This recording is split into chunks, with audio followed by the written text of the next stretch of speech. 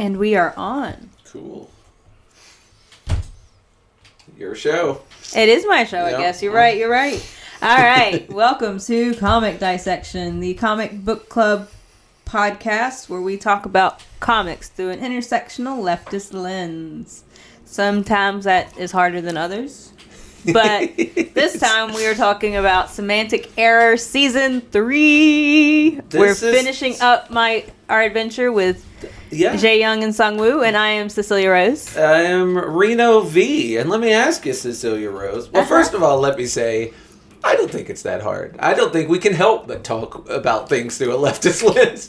Like, I think even when we try not to, it ends up going in that direction. Well, we are people with opinions. We are people with opinions, and they shine through. But more than that, I wanted to ask you, since this is Semantic Error Part 3, this is the final chapter, the final season of this comic book program that we've been working with.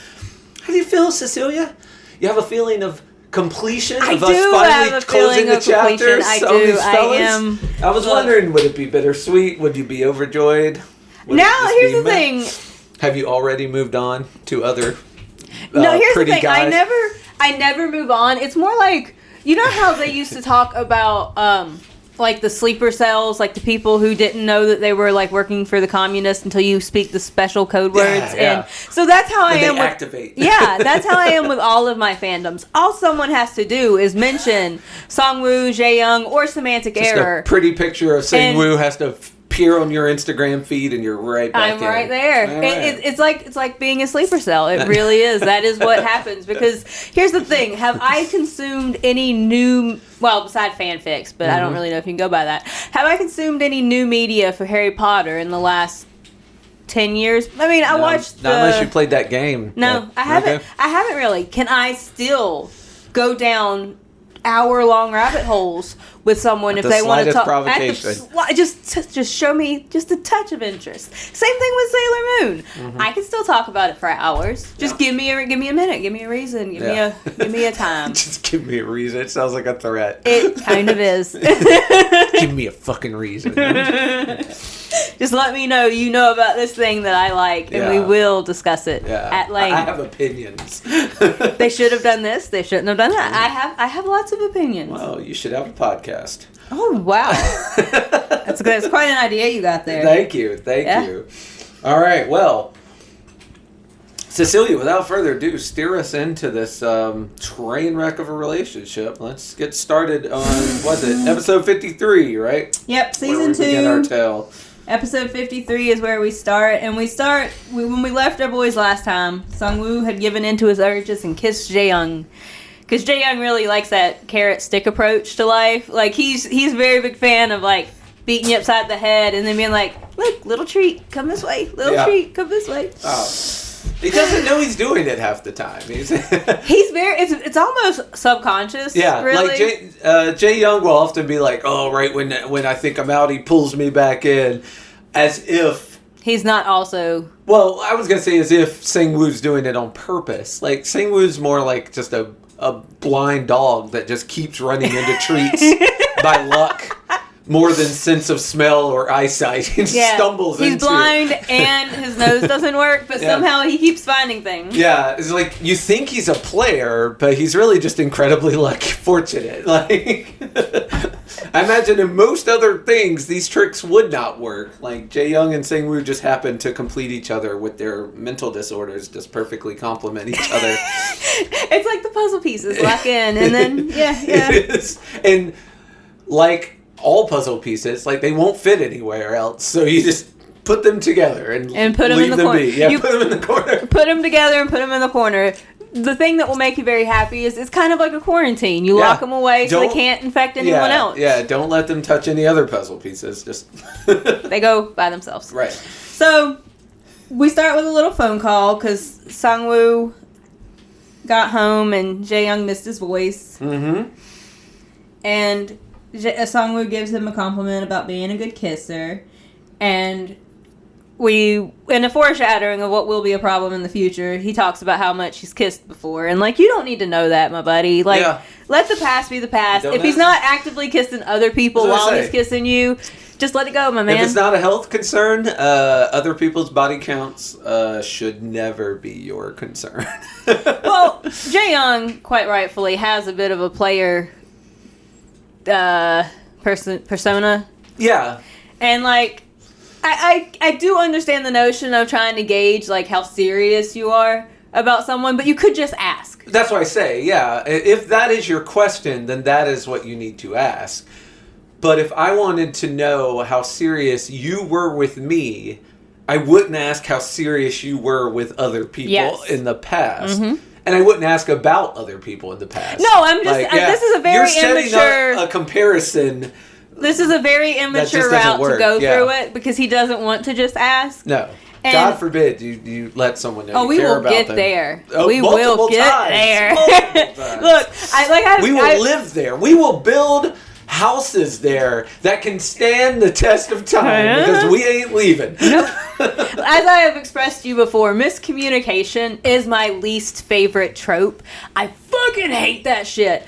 But they got over on me in this one because they spend 2 seasons not doing that. Yeah. And, like, I got attached to the characters. So when we have our miscommunication for a majority of this season, it makes me so angry. Yeah. No. I am so mad. Just hook you in first. So, Sang-woo tells him that he talked to Jae-yi that day, and Jae-young is not pleased. He's not pleased. He acts very immature. So, oh my god, this is... Of all the bad looks for Jae-young, this is one of the worst. Mm-hmm. I wrote down, poor Jae-yi, she breathes in Sang-woo's direction, and Jae-young sees red. Yeah. Of course, she is trying to, like, casually date Sang-woo without actually asking Sang-woo to date. Mm-hmm. Like, she's taking him on strolls, they're going to eat dinner, like... I like that Jae-young's, like, I don't know. It feels like he's judging her for the exact same thing. He is doing it too. I think that's actually my next note at one point, they're both trying to date Sang-woo without saying, hey, Sang-woo, you want to date? Right. And Let's do all the dating things, and you'll eventually just realize we're dating, which is giving Sang-woo a lot more credit than he deserves. It really is. He would never figure that shit out. He would not.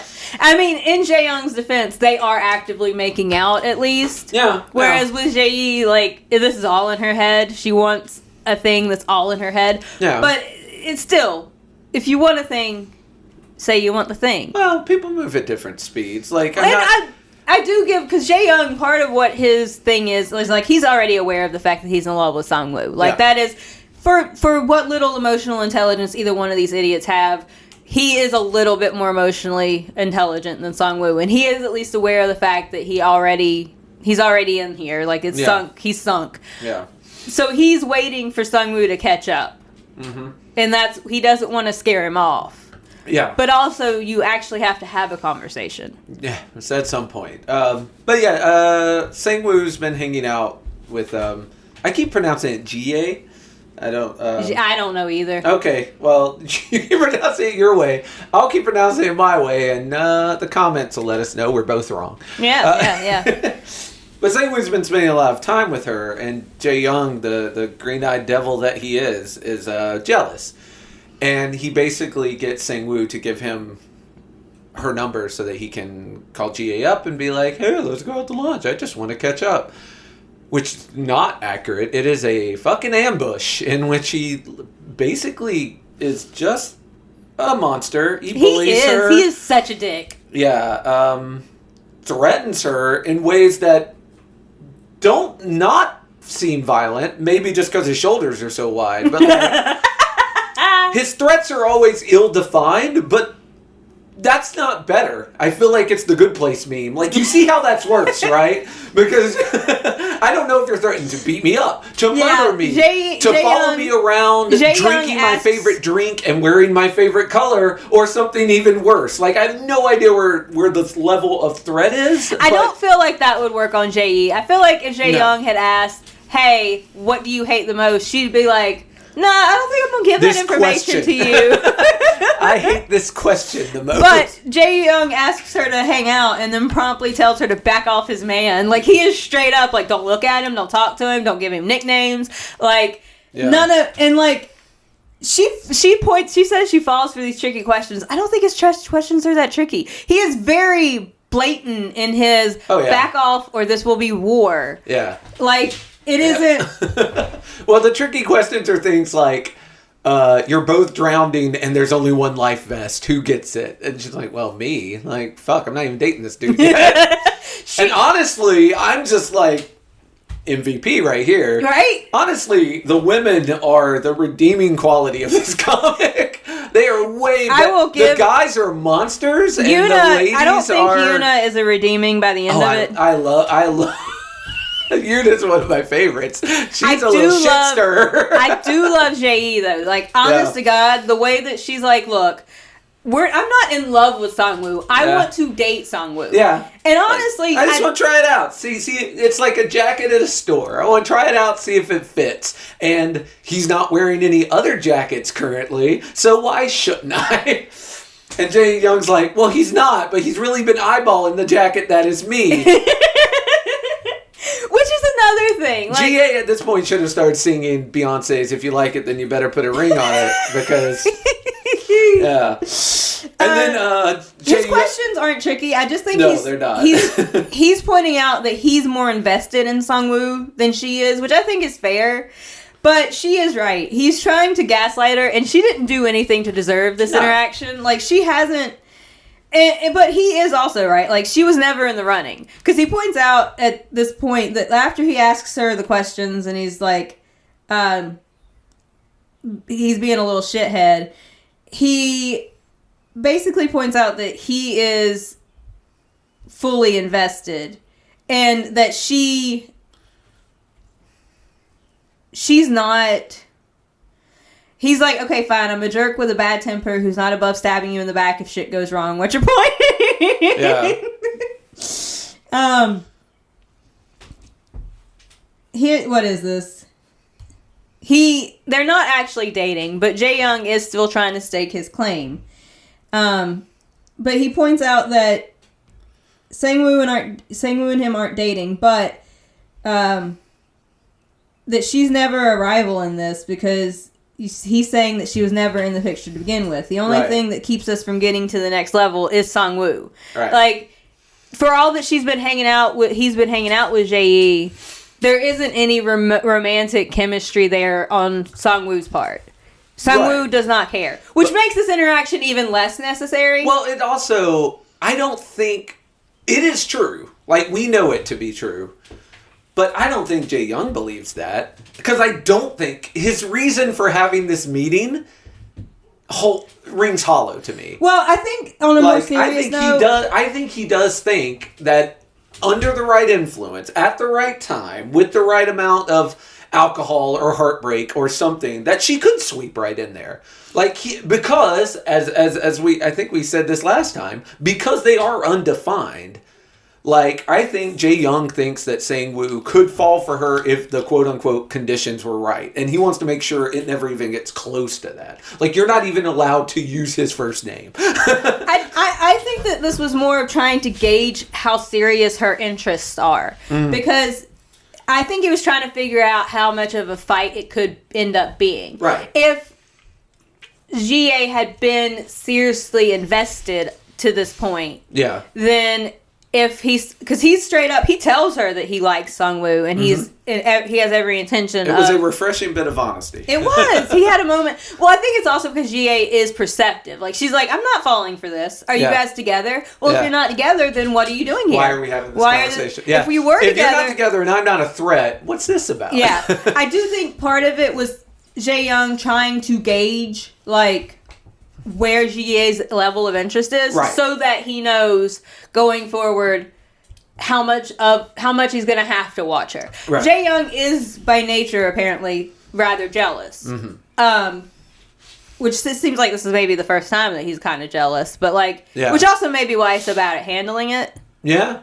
Like, but jealousy, I don't remember who said the quote, but they call jealousy or envy the most involuntary of sins. Like, it's not when you get jealous, it's not something that you consciously do. And it's not something you would do if you had any control over the feeling. No one asked you. Yeah. Yeah, you just people, and there's people that are more or less jealous, and then there are people that are jealous over some things and not other things. Like, you might not be jealous over your relationships, but you might be jealous over your high score in Pac-Man. Like, it could be fucking anything that you jealously guard. As it goes on, it establishes that Jae-young doesn't stay in relationships very long normally, and like, for that to be what it is, I also think that kind of means that he usually doesn't get jealous because he's not usually that emotionally invested. Yeah. Although they mention... he has a temper problem. Though. Yeah, he has a temper problem. And that at least one of his previous girlfriends, him and her were constantly arguing. And that could have been a jealousy issue. Like, we don't know enough about Jae-young's past relationships except that they were brief. Yeah. Perhaps they were brief because he became a jealous psychopath. We don't know. Like, it's just never that could be. That's a solid point. But yeah, GA's not just like okay. Yeah. I do think part of this was to gauge GA's level of interest. Yeah. But her interest would be irrelevant if he trusted Sang-woo.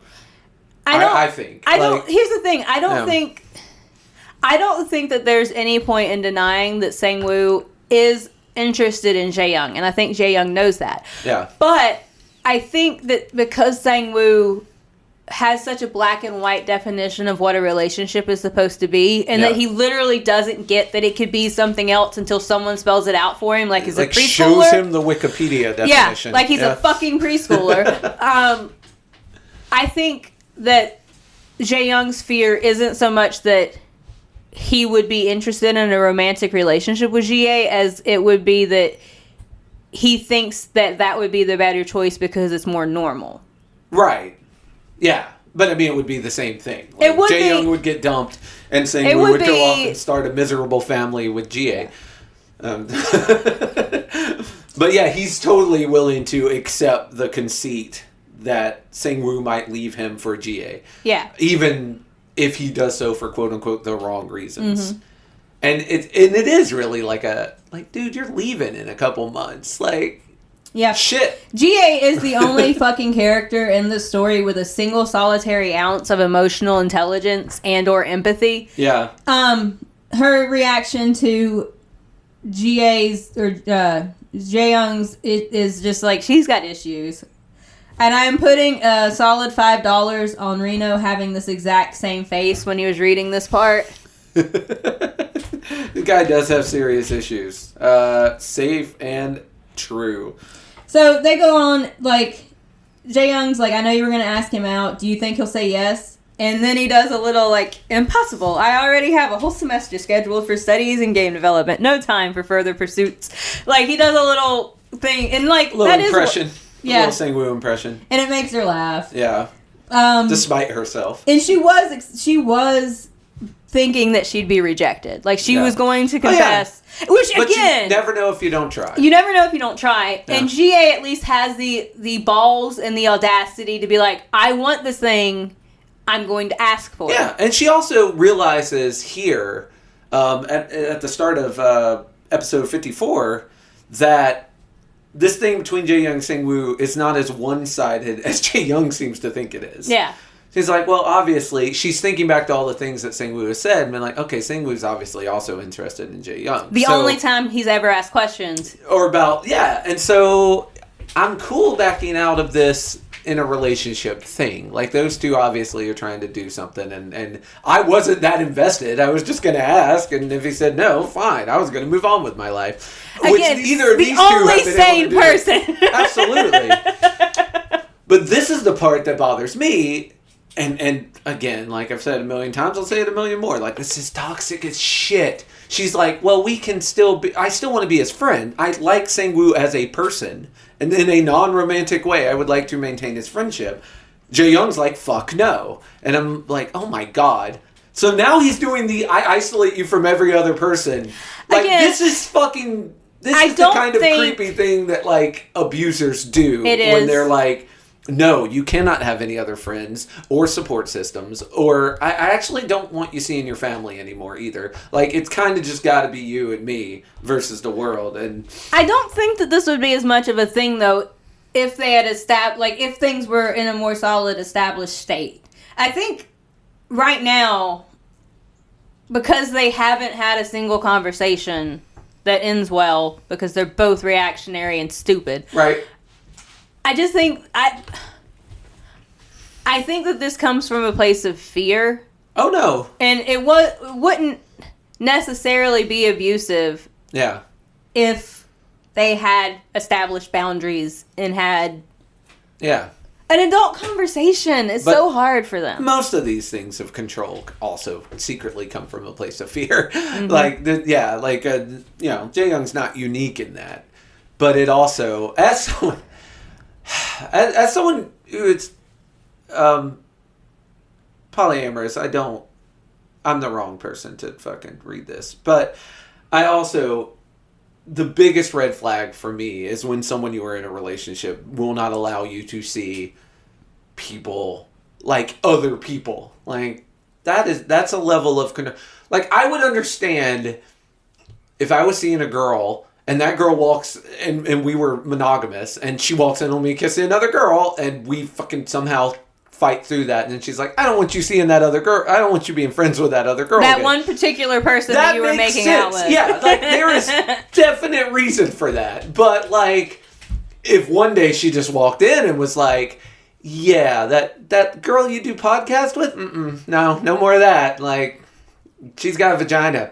Nope, I'm nipping this in the bud. And at that point, I would be like, well, sorry. I understand what you're saying, and in reality, in real life, I completely agree with you. Oh, yeah. In fiction, it's a different animal. Because I don't think you should be telling your significant other who to be friends with. Well, me and Gorship talked about this when we were talking about the Joker, and how much he likes the Joker. He's like, yeah, I'm not actually for gaslighting and manipulating women like he does Harley Quinn. I like the character in a fictional world. Different animal. Again, the harm is zero. Exactly. Like, Jae Young one of my drawings is harming another one of my drawings. Jae Young and Sungwoo will cause no one any harm by being how they are. Exactly. In real life, I do completely 100% agree with you.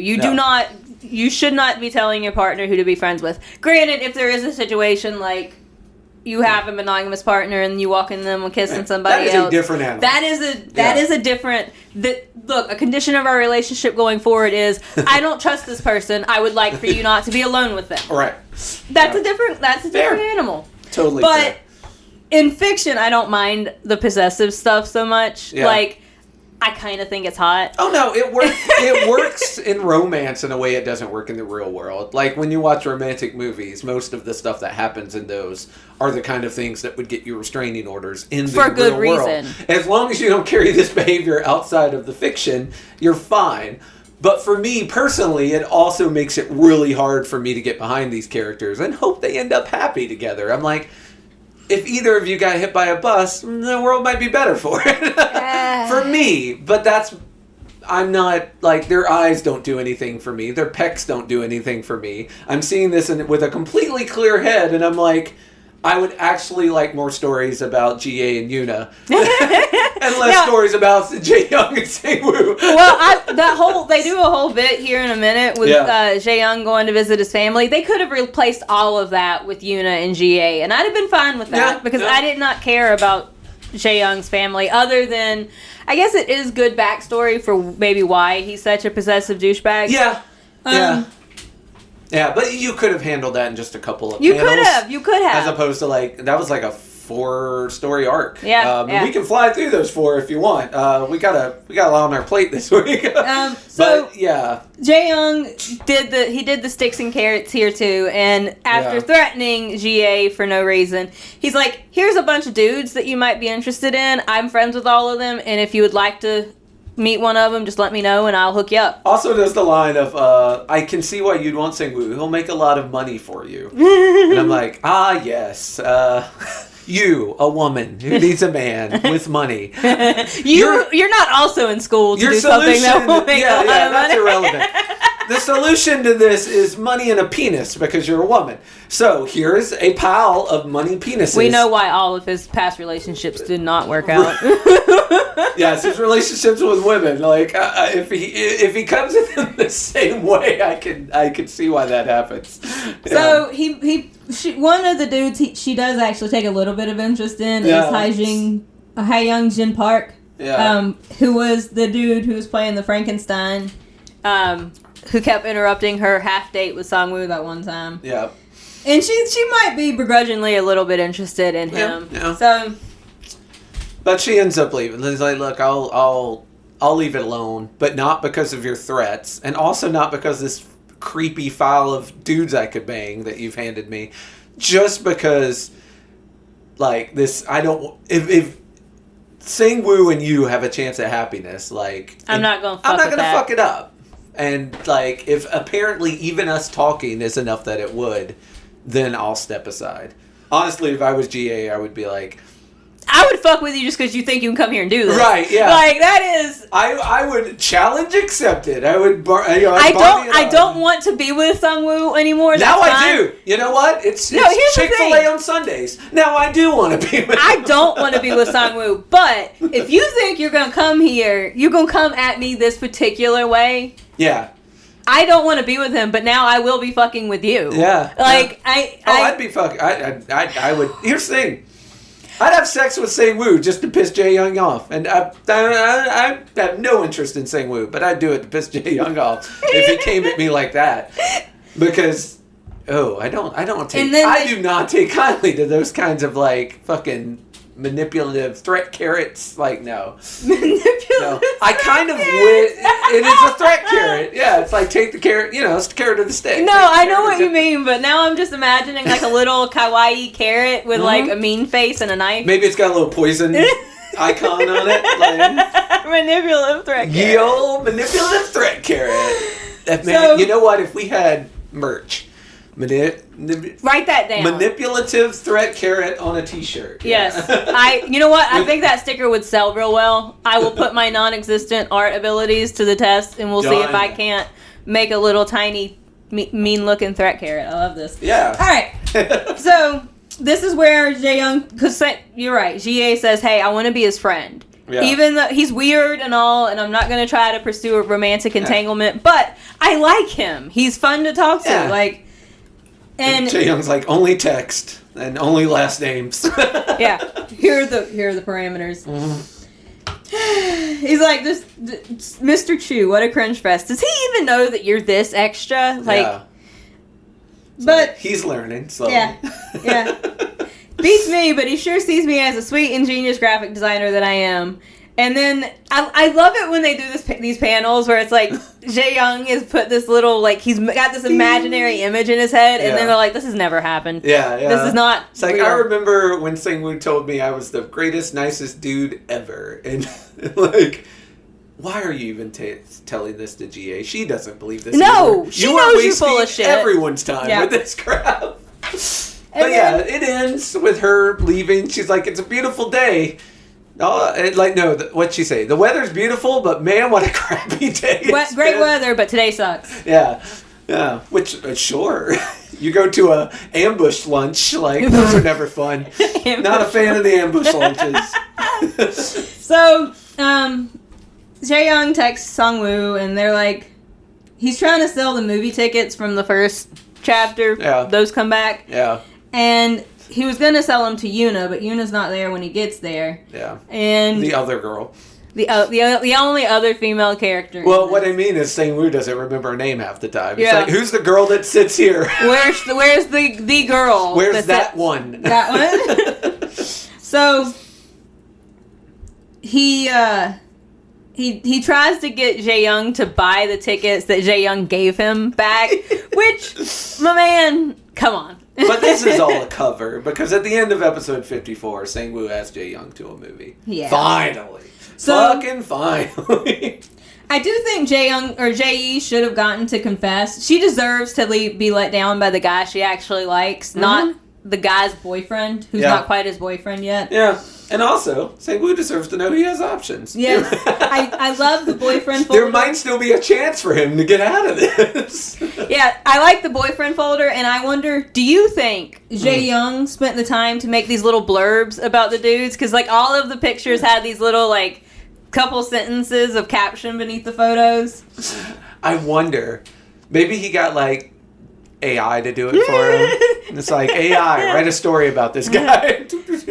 This first bit's funny. I think it's to make up for all the bullshit that's getting ready to happen. Yes. So the tickets are back in play, and we finally get an actual first date. Yes. And they're going to see, shout out to one of our previous episodes, Superman! all of the Superman stuff just exists to be an allegory for kryptonite later. Oh, yeah, 2 Superman movies just to get to this kryptonite allegory. Yep. But, as someone who, like I said, has covered Superman on this podcast, I'm here for it. Hey, you know what? So I like the symmetry. yeah, it's true. Sang-woo asks Jae Young out on a date, and Jae Young makes a face like, "You mean with you?" Yeah. And Sang-woo finally seems to have some kind of scale for it, because we've done worse at this point, and he's like, "We can go to a movie. That's fine." Yeah. Sang-woo, and I like this. They make the metaphor later on, but I'll mention it here. The escalator versus the staircase, or the elevator versus the staircase. Like, Sang-woo in this metaphor is riding an escalator to the top, which I guess is Relationship City or whatever. And Sang-woo is taking the stairs. Jae Young is on the elevator. Yeah, Jae Young's on the elevator. Sang-woo's taking the stairs, and so he's like shooting towards a relationship, but Sang-woo's going very slowly. But occasionally, on every floor, that I'm assuming these elevator doors open, and occasionally Sang-woo's already there when the doors open. So, like, it's real jerky the way Sang-woo's moving. And sometimes he's running up the stairs, sometimes it's kind of a leisurely... But that's very realistic, because in relationships, like, certain milestones you're not ready for till you're ready for. True. And when you are, it seems very sudden, which it's not, because it was weeks, months, days, hours, however long it was, to get up to that point.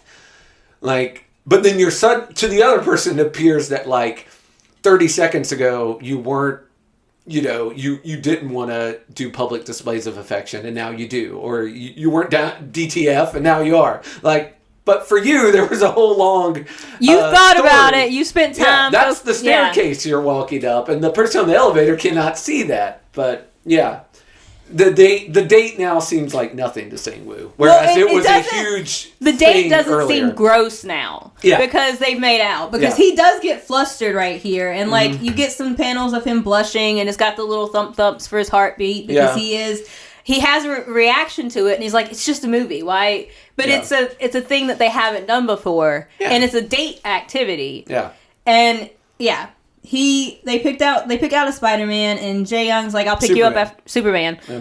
I'm sorry. Oh, it's quite okay. I just didn't want to get our heroes crossed. This is fair. So they pick out a Superman. They pick out Superman Revival because Sang-woo didn't want to watch the porn romantic movie. one. Yeah. And he gets off of work late. Yeah. And Jae Young picks him up looking all hot. Well, it's a problem when you're going on a date with someone and you're going there right after work, and they've had all this time to gussy up and look pretty, and you feel like a garbage scow. Like when I had jobs and dates. I'd get off work at 9 and meet someone at 9:30 at a place, and I'm like still dressed in work clothes. Like, maybe I changed my shirt in the car, but like, and I'm sitting there, dressed to the nines, and I'm like, well, I feel like this is an uneven power balance, like right from the go. Yeah, yeah. But Jae Young dresses up, not wearing his glasses, trying to get all he gussied up and fancy. He's got on a button-down shirt. He looks nice, whereas Sang-woo he's got a button-down shirt on, but if you've seen any episode of this, you know how Sang-woo's dressed.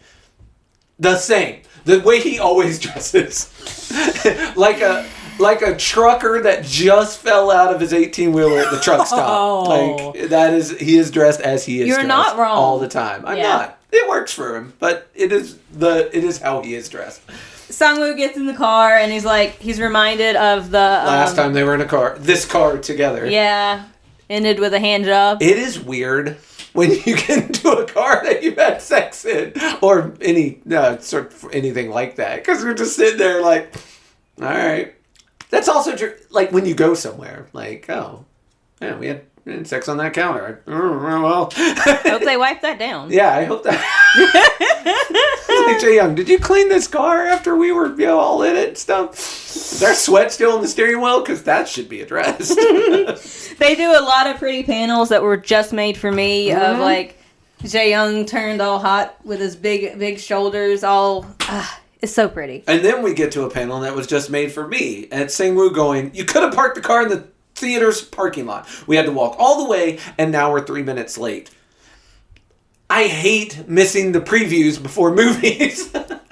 Me and Sangwoo are right there because I enjoy the previews. Like I'm a fan of seeing the stupid, minute and a half teasers they made for some movie I probably won't even go see. Like I like trailers. I'm a sucker for them. I don't have a strong preference one way or the other. I am Jay Young in this particular instance. Yeah. Like I do like to be on time, but if we're gonna miss, like if we're 10 minutes late, we're not gonna miss the movie. So yeah, I want my popcorn too. Well, Jay Young is kind enough to buy the popcorn. He buys the popcorn. There's a picture of Sangwoo holding the popcorn with an arrow that says Jay Young bought, and I'm like, okay. Well, we're making sure. I mean, Jay Young has provided everything for this date. He picked Sangwoo up. He's the one with the money. It's how he bought the tickets. Yeah. He bought the movie, the theater, the popcorn, and the drink. Yeah. Which they share, and it makes Sangwoo crazy, and then they kiss. Yep. This particular photo of them where Jay Young is holding the popcorn and he's just pounced on, or Sangwoo's holding the popcorn and he's basically pounced on Jay Young to kiss him, was my lock screen photo for a very long time. Fair enough. So they kiss, and then he gets all flustered because, Yeah. He's got to the point where he's kissing without asking permission now, and that's the thing. He's like, well, that was my big thing, and now I'm just throwing my rules all out the window. Total hypocrite. Yeah, but there doesn't seem to be a problem with it at this juncture. They watch Superman's adventure. Neither of them really pay attention to it. They pay enough attention that they're able to talk about it after, but they're both kind of spending most of it side-eyeing each other and going, oh man, they're so hot. Which is what I spent the whole, these are the things that make me kick my feet and make little noises when I read it, because they're being really cute. They're wanting to hold hands. Like Sangwoo wants to hold Jae Young's hand, and you will never convince me that Jae Young did not put his hand right there, trying to tempt Sangwoo. Yeah. He knows what he's doing. Yeah. Oh yeah. They're drinking from the same straw. Like they're so fucking cute. Yeah. I love it so much. Then we get our kryptonite reference. Sangwoo's over here coming for our jobs and asking the big question I should have posed during our Superman read-through.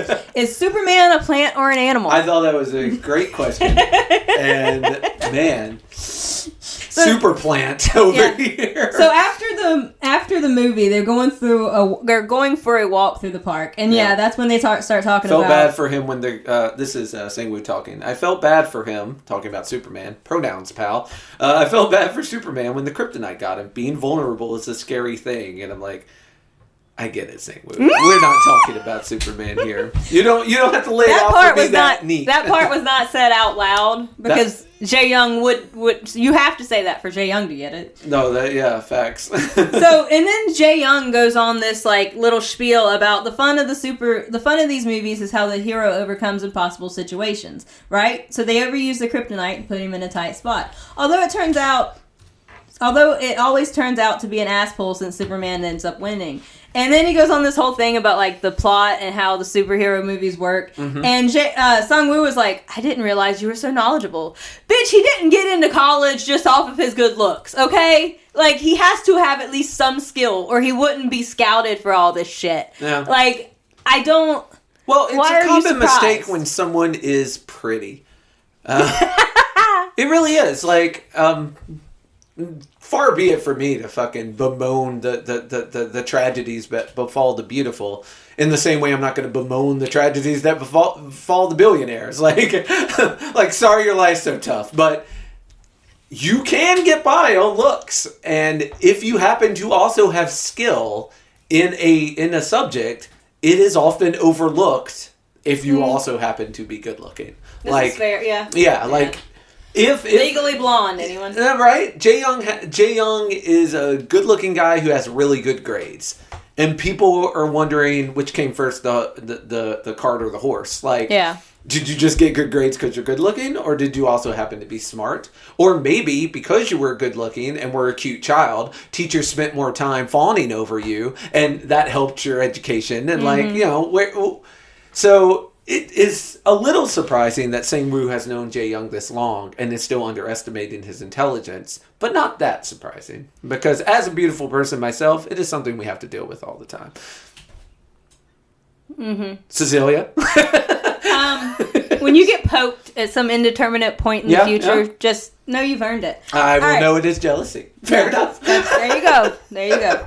So it does make Sang-woo feel very complicated because he's not sure how to gauge Jae Young. He keeps finding all these different facets of Jae Young's personality. Yeah. And he's not entirely sure how to categorize him. Right. Sang-woo sees people in as few dimensions as possible. Yes. Because it makes his life a lot easier. Mm-hmm. Like the more I can compartmentalize someone, which you see it's very clever writing that the way he describes people on his, their names on his phone are the benefit to him and the one way he sees them. So you're either asshole or that girl in lab or you're just in this one-dimensional view because that is all Sang-woo can handle. He has to view everyone. My boy is on the spectrum, I swear to God. Thank God he did not fucking fall into a fucking a fucking Proud Boy or incel circle because he is very quick to view people on the most basic superficial of levels. Fair. Yeah, and Jae Young is I don't think Jae Young's doing it on purpose, but he is calling him out on that shit. Yeah. So they're going through this stroll through the park. They're taking a shortcut that is 30 minutes longer than their original trip because Jae Young doesn't want to admit he just wants to spend more time walking with Sang-woo. Here's the thing. I think if he did, Sang-woo would have turned around and just went straight to the car. You have to trick Sang-woo into doing shit because he has negative emotional intelligence. There's a void where emotional intelligence would be. Yeah. So you say that, but then Sang-woo initiates a hand-holding. So he works up. I think he would have been fine with a 30-minute walk if he had just been known. Maybe Jae Young didn't have enough faith in it. He had to work up the nerve for, I'm going to assume 15 minutes. At least an hour and a half movie. Mm-hmm. And then 15 minutes into this walk. It was a 2-hour process for him to get to the point where he wants to hold a hand. Yeah.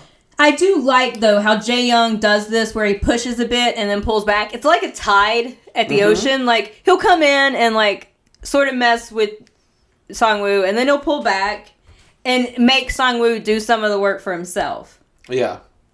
I get that. But Jae Young also says that the part of the fun of the movie was just watching it with Sang-woo. He does it, the movie was fine. Yeah. That he enjoyed spending that time with Sang-woo. And then Sang-woo holds his hand, and they hold hands until they get back to the car. Yeah. And Sang-woo is this isn't enough. Yeah. After the movie and all this stuff, in the after watching that sexy man in his tights and his cape, I am all sexed up. He's like, did they spike the coke in the theater to lift people's moods? Yeah, God forbid you just tell someone you have feelings for him. That detour was 33 minutes long. It took us 10 minutes to walk to the theater the other way, but it's still not enough time. And Sang-woo asked how it feels to have sex with a dude, and Jae Young's like, it's not that different, really. It's just sex. Which to me sounds hard to believe. I mean, lacking in experience, I can't really say. I don't know, but for me, I don't know. For me, every experience is different, so they're all so different from each other that it's just fucking, this is a Picasso, this is a Michelangelo, like a dick's a dick, because I'm involved, they're all works of art, but like each one is different in a way that I don't know, I never know how to compare them, and like to have someone be like, nah, it's the same as this other thing, I'm like, is it? Are they? Am I doing it wrong? Like, a dick's a dick, my man. I don't know. Oh yeah, also true. Like maybe if I was having sex with dudes, it wouldn't feel that way. But so he goes to drop him off, and Sang-woo's like, "I need to do something." And then I wrote down here. So, do they have like luxury seats in all of Korea's cars? Because this is the second time. Well, in all honesty, it's the second time it's happened here. Yeah. But in a lot of BL, there are so many car sex scenes, and cars don't have this kind of space. In Japan, the cars are so small, you can't fit one person behind the steering wheel. Much more two. I do not know how it is in Korea or Vietnam or China, but my only point of comparison is that in Japan, because there's not a lot of space, the cars are all very small. Maybe in Korea, they're all luxury sedans. I don't know. But the picture of the car from the outside makes it look like a typical small car. It looks normal. This is creative. This is creative license. There's the only thing but also, it's fucking hot, and I approve of everything that happens here. Yes. But yes, cars don't work like that. On the other hand, goddamn. Because Sang-woo jumps over the little console in the middle and sits on Jae-young's lap, much to Jae-young's apparent surprise. Mm-hmm. And then they just start making out, and it is hot. I love it. I love every part of this. This part, after the hat comes off, was also my lock screen for a hot minute. I could just go through here and, like, this was a lock screen, and this was a lock screen, and I printed this one out so I could put it in the back of my phone. Nice. And then Jae-young is like, "You're kissing better." And Sang-woo is like, "I practiced." And Jae-young is like, "With who?" Yes. God forbid Jae-young's been a minute not being jealous. But Sang-woo's like, "I think tonight's the night. I want to go all the way. Give me an hour to get all cleaned up and come meet me at my place." Which is very funny. Like, they're getting all hot and bothered. And then Sang-woo's like, "Pause." Yeah, pause for an hour while I go and get freshened up and stuff. And he wants him, but he's still nervous. Well, I get that. And also, I get the idea of, like, the first time I want to be pretty clean. Yeah, so Jae-young agrees, and then he goes and you've cut basically to them being back to making out. Yeah, but now they're in bed. We assume that hour has gone by, and they're ready for the show, as it were. Sang-woo was like, "Are you sure you've done this with a guy before?" Which Jae-young does not answer, because Jae-young is not that much of an idiot. Yep. And Sang-woo is just like, "I'll close my eyes and it'll be over in 10 minutes or so." Right. Which just proves that Sang-woo does not realize he's in a BL, because I promise you, in all of the BLs, the shit lasts at least an hour or two. I was going to say, like, that sounds more like a female line. Like, not having a great time, but if I shut my eyes, it'll be over in a minute or two. So, I think that this is a really interesting perspective, because Sang-woo just needs to have already experienced this so he knows that he'll be okay. Yeah. This is honestly something I actually find super relatable. Yeah. If you could just go through it and know how you'd feel about it before you actually have to do it, that would be great. Like, he wants to do it. He is very interested in doing it. Hell, he is calling the shots in this particular instance. He told Jae-young, I want you to go do this. Yeah. And then later, like, while they're doing it, like, Jae-young's going a little slow for Sang-woo, and he's like, "Stop it! Shut off now! Come on!" He's too horny for foreplay. Yeah, ain't got time for that shit. But he's so nervous, and he's so in his head about it, that while they're doing it, he has such a hard time, like, letting go. Mm-hmm. And again, very relatable. This is one of those instances where I and Sang-woo, I get this. This is if he could just know ahead of time that he would enjoy it, this would be much better, in my opinion. Yeah. But he's so nervous. Yeah. And Jae-young, to Jae-young's credit, because we are giving him a lot of shit for being such a jealous little bitch. We are. I'm going to give him credit for, he stops and he's like, "Well, are you sure you're ready?" Yeah. Because we don't have to do this. And, like, I can't think straight, but if you're not ready, you need to let me know. It's true. And it is good that he does this because, like I say, the last time this happened, he did not. And so there was a whole big scene about it. So it's good that he's learning. He's trying. Is evolving. Yeah. He is trying. Yeah. Again, we're going to give him shit when he deserves shit, but I do also want to give him credit. I'll give him credit here. Absolutely. So there's a lot of making out and a lot of pretty little body shots where we get Sang-woo not realizing that he's taking things too slow because Jae-young is trying to like get him to relax and get into it. Yeah. And Sang-woo just wants to do it. Yeah, Sang-woo's like, I need this to be over so I can know how. I'll figure out how I feel about it later. But let's rush through it. Which is not a good way to do things, really, but you know. Yeah. I've always said the first time you have sex with someone, you should both get a bye. Like, you're both in your heads, you're still learning shit about each other. Like, first time should be a fucking, like, a get out of jail free card. And if it's not good, gotta try at least one more. Like, at least once more. Like, both parties can do better. So, yeah, Sang-woo makes Jae-young get undressed, and we get a nice full shot panel of Jae-young and his really broad shoulders. This is what they call the Yahweh perspective. Mm-hmm. If someone were actually built like this, they would always be toppling over. Like... It's the same thing with the hands. You get a lot of Yahweh hands. Yeah. Like, the hands are fucking ginormous for no reason. People like big hands and big shoulders. It's true. Yeah. And it's very the top. Like the triangle on a triangle. Where the top is really broad, and then it goes to a very small Johnny waist. Bravo. Yeah. Do you remember Johnny Bravo? Yeah, and then you have another weird triangle for the big tree trunk super legs. Yeah.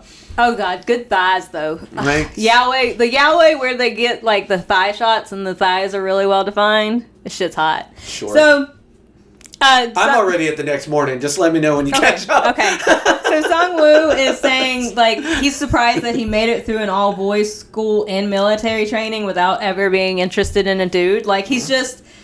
There's something about Jae-young, which lends credibility to my notion that he's demisexual and it takes him a long time to actually. Yeah. Or the right dude just had to come Or the right dude. Yeah. Maybe it's all just the right dude. Yeah. So Jae-young turns out the lights and they start making out more and he starts messing with the part that Sang-woo has been waiting for him to mess with. You know.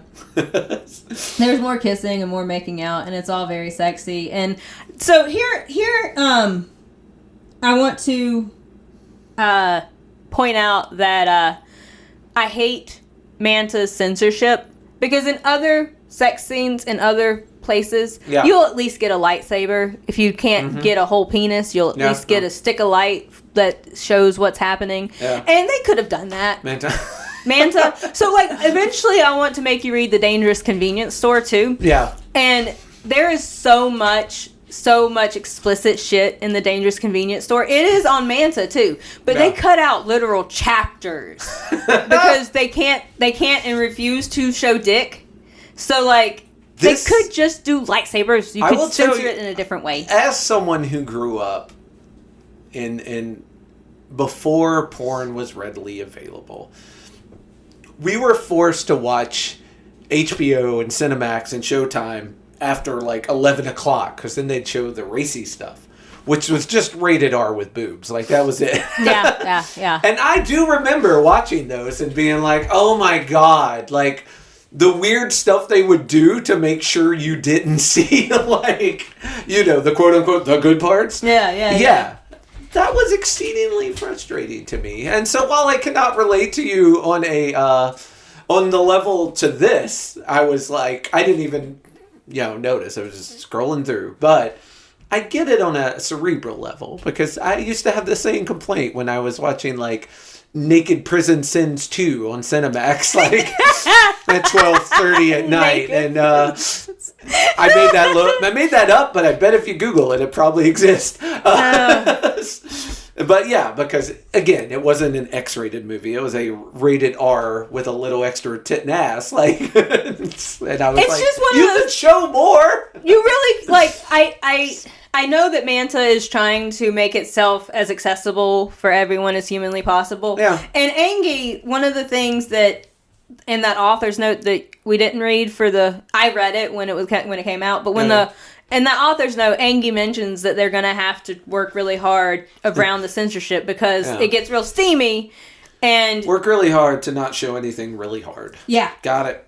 Like you get allusions to a thing, but just have the sex. Just show me the sex. I came here for a reason, and you are denying me my satisfaction. A little bit of teasing going on here. Mm-hmm. You could have at least done lightsabers, Manta. Come on. But Sung-woo is too in his head to really enjoy some of this at first, and it takes him a minute, and he says it doesn't feel good at all, and Jae-young's like, or he says he can handle pain. Mentally, he's like, this doesn't feel good, and Jae-young's like, it's not supposed to hurt. Yeah. If you're not enjoying it, let me know. And it takes him a minute, but he finds the magic spot. And when he finds the magic spot, it goes from not feeling good to feeling good. Yeah. So, but he also is like, hang on, let's measure your dick first so we can make sure this won't cause me any I have a measuring tape next to my bed. But yeah, even during sex, Sang-woo is still blunt and causing problems. But Jae-young is willing to rise to the challenge. Sang-woo is thinking about asking him to stop, but then it turns out to be pretty good, and he enjoys himself. Well, you say that, but then we cut to the next day, and I feel like they're going back. Like, Jae-young is remembering the night before, and he's saying things like, pull it out, this isn't turning me on at all. Let's just use our external parts like we did last time. And then Jae-young's like, wait, what? I mean, I didn't even get started. And Sang-woo's like, no. Like, then he starts telling him he sucks at this, and there's a whole, like, conflict. And I'm like, wait, did they have fun? They did eventually. Like I said, Jae-young rises to the challenge. Yeah. And we flop back. We do get a bit of a flashback because Jae-young was planning on, like, wooing him and, like, you know, spending time. Have a glass of wine. Relax. Chat. Yeah. But no. But then he stood outside waiting and thinking shit. Yeah. Yeah. He didn't turn into a puddle. And yeah, they do go back and forth with the you suck at this, and Jae-young's like, I do not. And he makes him, like, count to pi, which actually I think is kind of clever because he's doing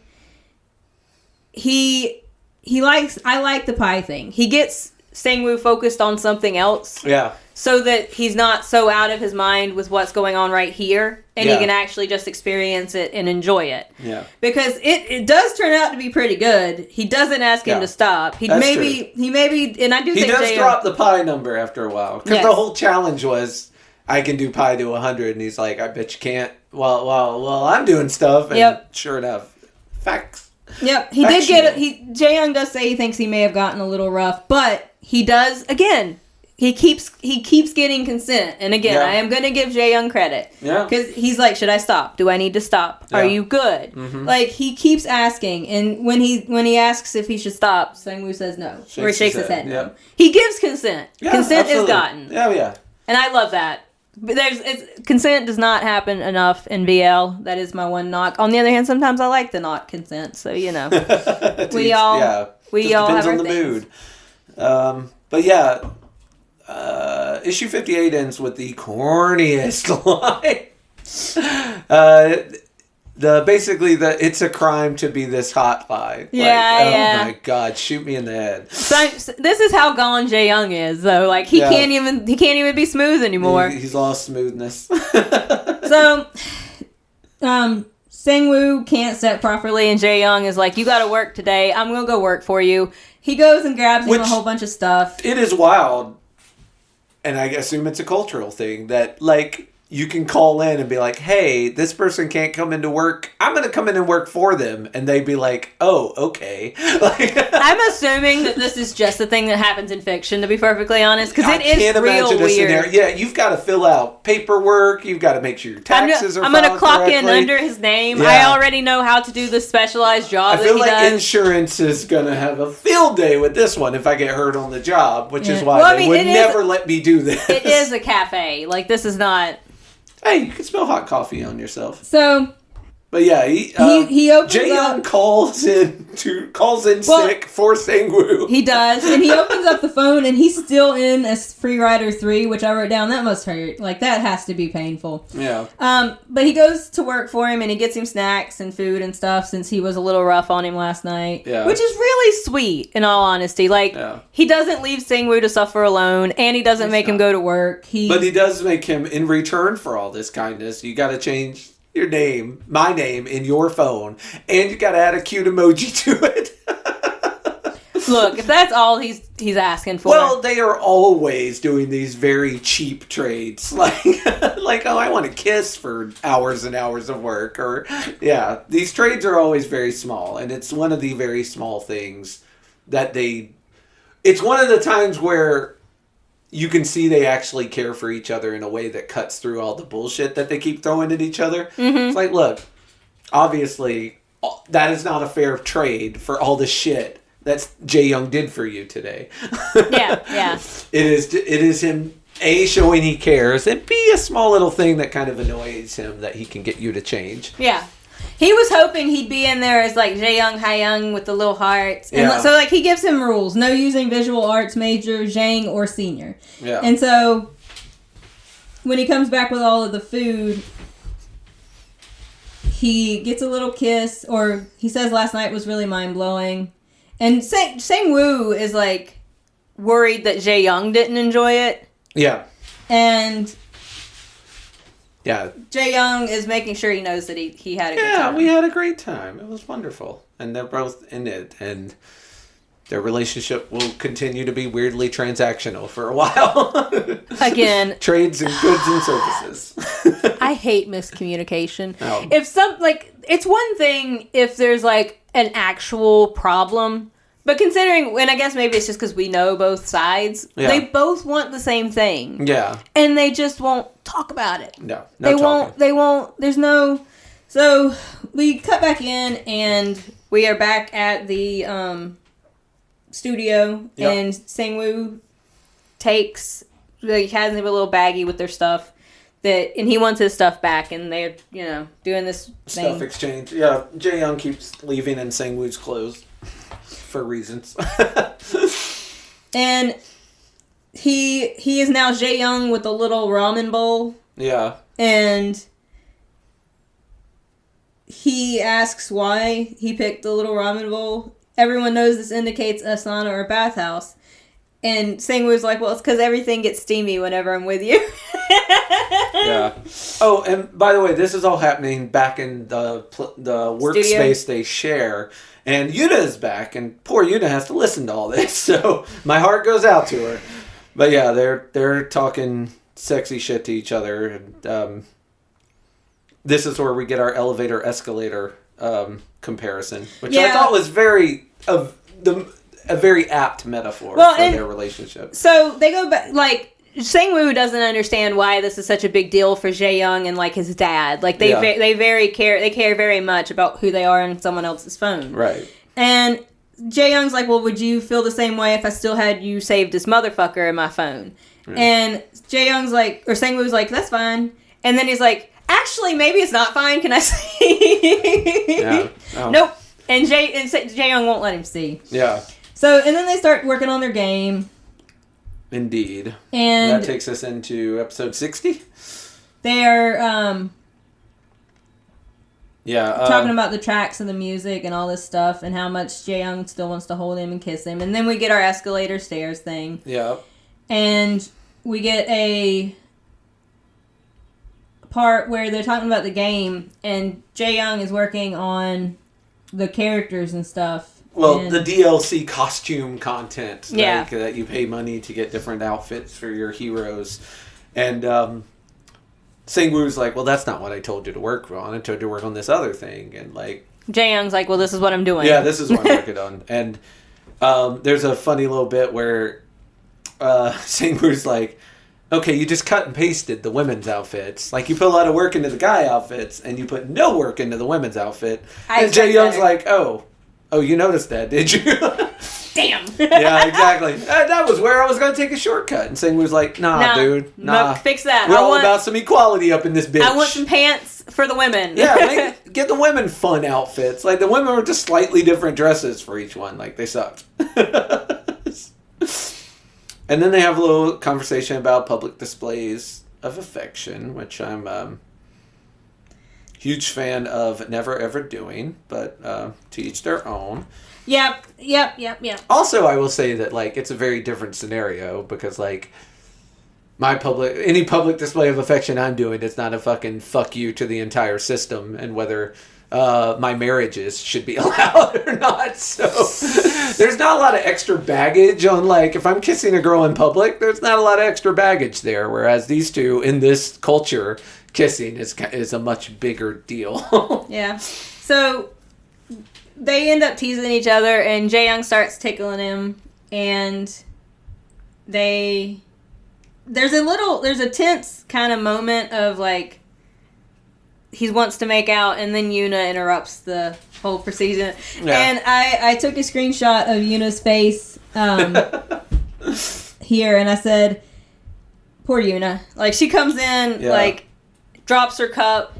Yeah. And she looks like she saw somebody dead. Yeah.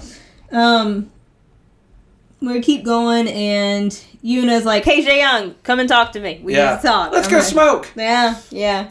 And Yuna reveals that, like, she's recently gotten out of a bad relationship with a girl. Or Jae-young reveals it. It is revealed in this scene, I'll say. And she's a little worried that Jae-young might be stringing Sang-woo along. And it's interesting because it's not really clear. Jae-young is accusing her of projecting because I think she her is. Bad relationship. Yeah. But as an outside observer looking at that relationship, I can 100% see why she would think that. But I do think that the only reason she is trying to protect Sang-woo is because she was recently hurt. Yeah. So I don't know if that's projecting or empathy, but I know that she doesn't particularly care for Sang-woo. So I feel like this protective thing she's put on him is because she's been hurt and she's trying to save herself in the past by saving this person in the present. I do think Yuna is out of line here. I don't mind that she's like, hey, have you thought about what happens? Because I do think that Jae-young, I don't think it's bad for Jae-young to have someone around him being like, I know you like to rush into things and you don't think it through. Yeah. But have you thought about what this is going to do to the person you're rushing into it with? Right. I don't think that that's bad. No. I do think that is a, look, even if Yuna was to just tackle this from a purely, like, I am your friend. Yeah. Like, but you still should maybe think about the impact of your actions on others. Yeah. I think that is a very valid thing to put on Jae-young. I do think, however, that she is looking at this purely from her perspective of my last girlfriend was a bitch and Jae-young is a lot like her, and so Jae-young is clearly wrong here. She has come in fully with assumptions. Like, she does not know what... For me, the question of whether she's out of line or not is 100% based on information I don't have. And it's how close those two are. Yeah. Because if you are a really good friend with someone, I don't think any of this is out of line. Like, I think that's one of the things that comes with being a good friend with someone for a long time, is you can straight up be like, well, here's what I'm thinking. I think you're really fucking up here, and I think you're really hurting. Like, I don't think you're allowed to keep harping on it and, like, ruin their life about it, but I think you are allowed, as a good friend to someone, to voice all of your misgivings when you think they are making a mistake. And hopefully my friends will do the same for me. Because I'm making mistakes all the time. I need help. So if they are really, really close, then I approve this completely. If they're not that close, I disapprove of it completely. Which means that I have no opinion on this because I do not know how close they are. They seem like they're good. Like, they seem like they're cool. Like, they hang out, they go to concerts, they do shit together. Yeah. But I feel like she is lashing out from a place of pain.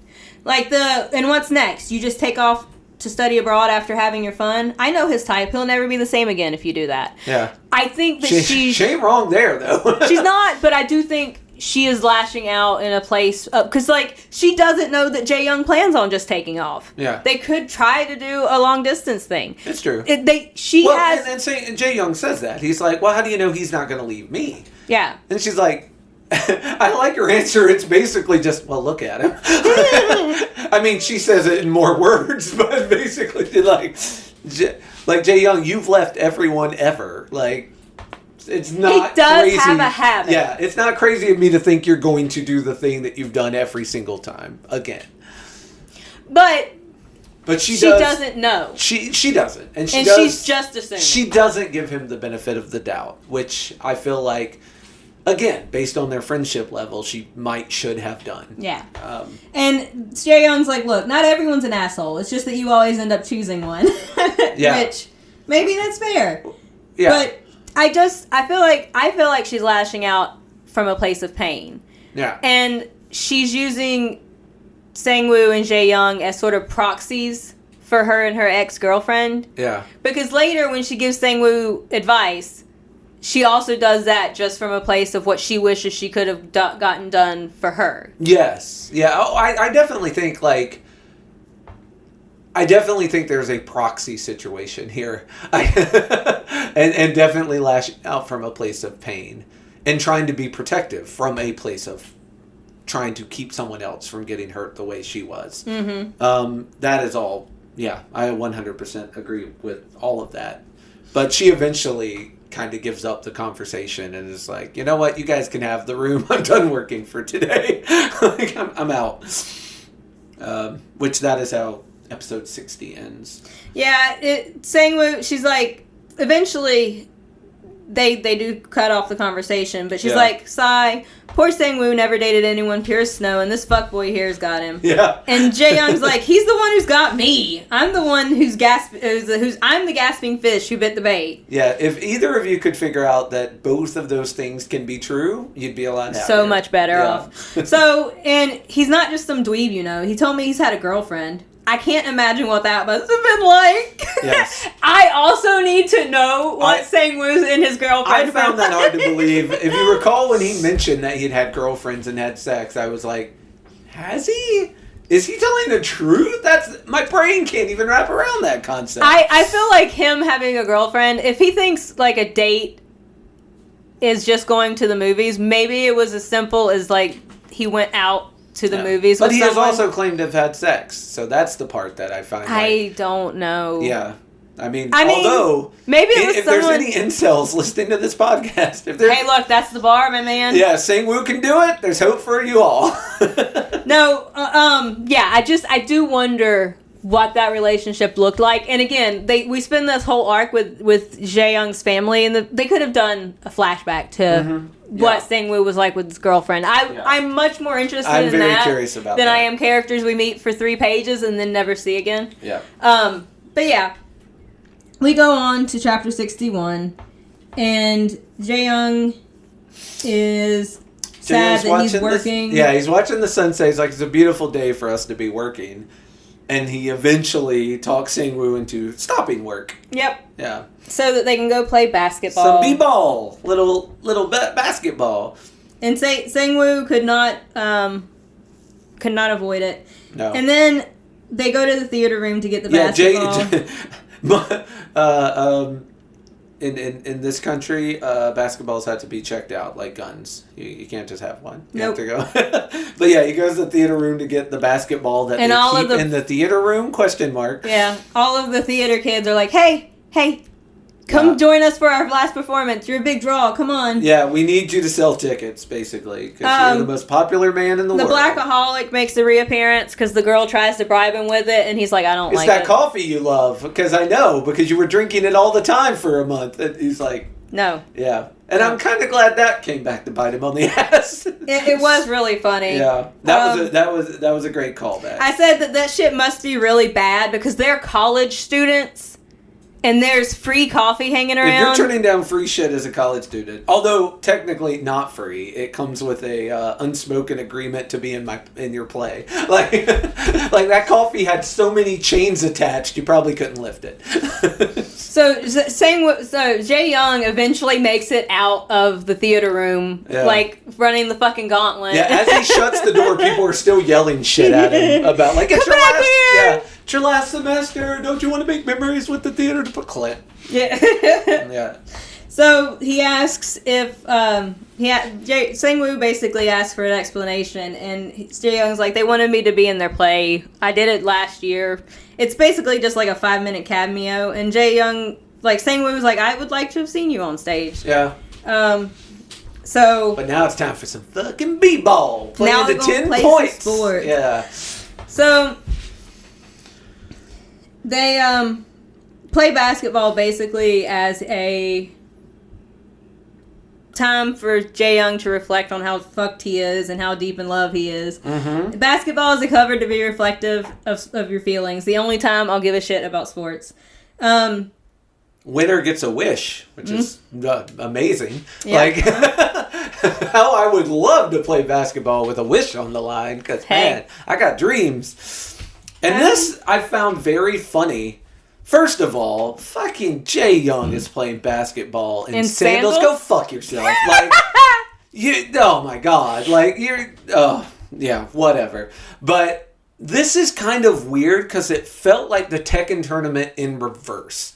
So earlier we had a scene where they were both playing a video game, which you would have expected Sang-woo to wipe the floor with Jae Young at. But Jae Young wins. Now we're having a basketball game where you would expect Jae Young to wipe the floor with Sang-woo. But the opposite happens. And I'm like, wow. Sang-woo surprisingly good at basketball. Jae Young surprisingly good at fighting video games. Who would have thought? I also think, though, that, like, it's right here where Jae Young's like, he doesn't even want to win. Like, he doesn't... But once the wish is on the line, he does want to win, still loses. So... He does start trying once there's a wish. And he still gets his ass handed to him. He does start playing a little bit. You're right. Yeah. A little bit better. Yeah. At first he didn't care, but then he suddenly did, and he still lost. And that blew my mind. It's like, all right, Sang-woo, good at basketball. Jae Young, good at video games. Two things I was surprised by. I think that helps them find things that they like about each other, too, though. Because Sang-woo loves video games. And for Jae Young to be good at them is a thing that he would admire in a person. And would be, and it's also them constantly being surprised by the other person. Yeah. And, like, things that they have. Like, oh, I didn't think you were this kind of person. It's like, yeah. And Jae Young reflects that there's nothing about Sang-woo that he finds unlovable. Like, he's tactless, he's blunt, but he's still wrapped around his finger. I gotta admit, I thought us sleeping together once would make me bored of him. I obviously had no idea what was coming. Yeah. And sorry about your damn luck. So Sang-woo asks for a kiss, which is a thing he could have had without having to win the basketball game. Again, the taxes are too low on these guys. Like she could have asked for a lot more, my friend. So here they're going on. So after this game, I don't know how much time has passed. We just pop into Jae Young having... Oh, chapter 63. 63. Opens with Jae Young eating dinner. Eating dinner with two old friends of his from his department. Yep, and they're talking about how there was an offer for Dex, which is the company that Jae Young got on with. Yeah. And basically it's just reiterated what an opportunity Jae Young missed because of this whole Sang-woo situation. Mm-hmm.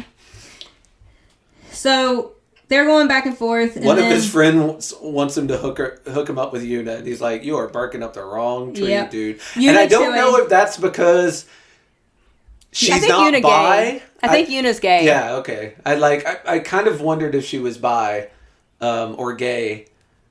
And that dude just wasn't her type. I also don't think she would have dated that dude regardless. But that's what I'm saying. I don't know if this is because she's gay or because that dude is just the wrong That type dude's for her. trash. Yeah. So I wrote down here, Yuna must have felt something in the air wherever she is. I feel like she would have got, it would have been one of those things where she got like the tickle on the back of her neck and she's like, yeah, something bad is happening. Yeah. But yeah, Jae-young, I'm also going to give Jae-young props here because Jae-young, this dude is talking shit about Yuna and trying to get with Yuna, and Jae-young's like, no, you're going to leave her alone. He's basically like, I met her once and she was a little offset, and I think she was playing hard to get. No one plays hard to get! Oh my god. And Jae-young's like, you're pining your hopes on the wrong girl. Just let her be. She's got temper issues and can't hide her dislike very well. In other words, she doesn't like you, dude. Like, she is telling you straight up how she feels. Yes. When someone tells you how, it's the old expression, when someone shows you who they are, believe them. When someone tells you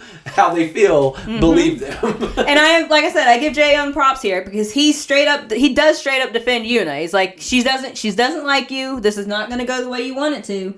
And this is after she was shitty to him on the roof. So, like, even though they may not be best friends, I do think he actually likes Yuna, and I do think that he's actually pretty decent. I don't think he would have tolerated the conversation they had a few episodes as long as he did. In fact, he tolerated she's the one that left.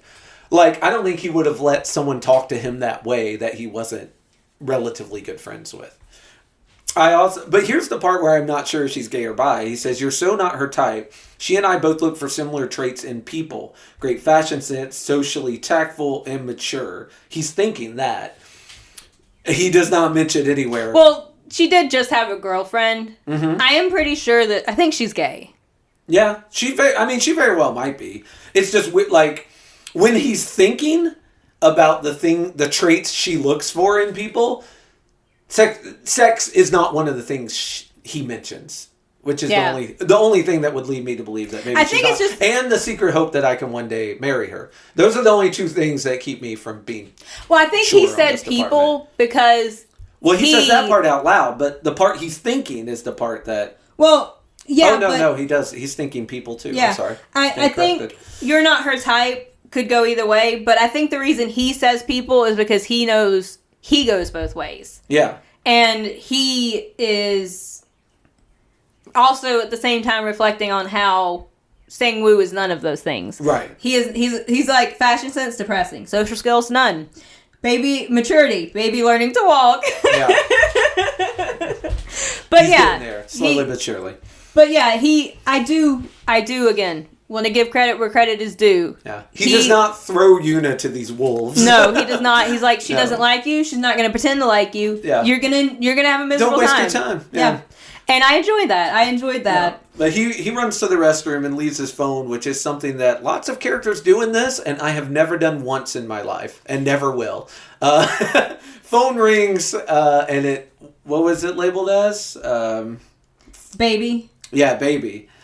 And he picks up the phone, and it's a guy! What the fuck? Like, dude! And Jae-young is not happy. He came back probably to get his phone, and there, like, the air is like the purple splotchy stuff. It's not good. Oh, yeah, he fucking straight up. He leaves, and I'm proud of him for this, because the whole time he's at this dinner, he's like, why am I here? This is boring. I don't care about these people. Yeah. I should have never shown up for this.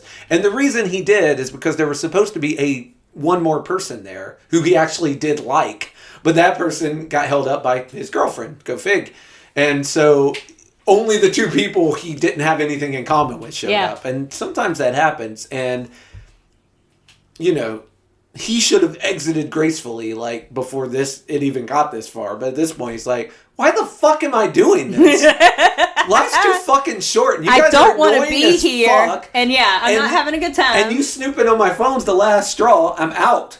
Yeah, he goes out and talks to Sang-woo instead, which is a much better use of his time. It is. And, like, this dude is like, it was just a prank. Why can't anybody take a joke? It's always a fucking joke when it goes bad, isn't it? No. It wasn't a joke when they were making fun of the dude on the phone. But the moment Jae-young saw them and got pissed because they're being assholes, then it's just a joke. It's just a joke. Why can't anyone take a joke? It's just a prank. It's really code for why won't anyone let me be an asshole without repercussions. Fucking facts. it's that on the internet, it's that in real life, it's that, like, if you ever see those fucking, like, practical joke clips where the guy almost gets beat up for doing a shitty practical joke, I'm like, you reap what you sow, my man. Like, yes, absolutely. Like, I'm glad that you're getting punched in the face repeatedly while you keep going, why can't you take a joke? It was supposed to be a joke. I just wanted YouTube views. Why is it supposed to be a joke whenever someone reacts badly? Because it wasn't funny. Yeah, like, you want the person to react badly. You just want them to stop short of storming out or hitting you.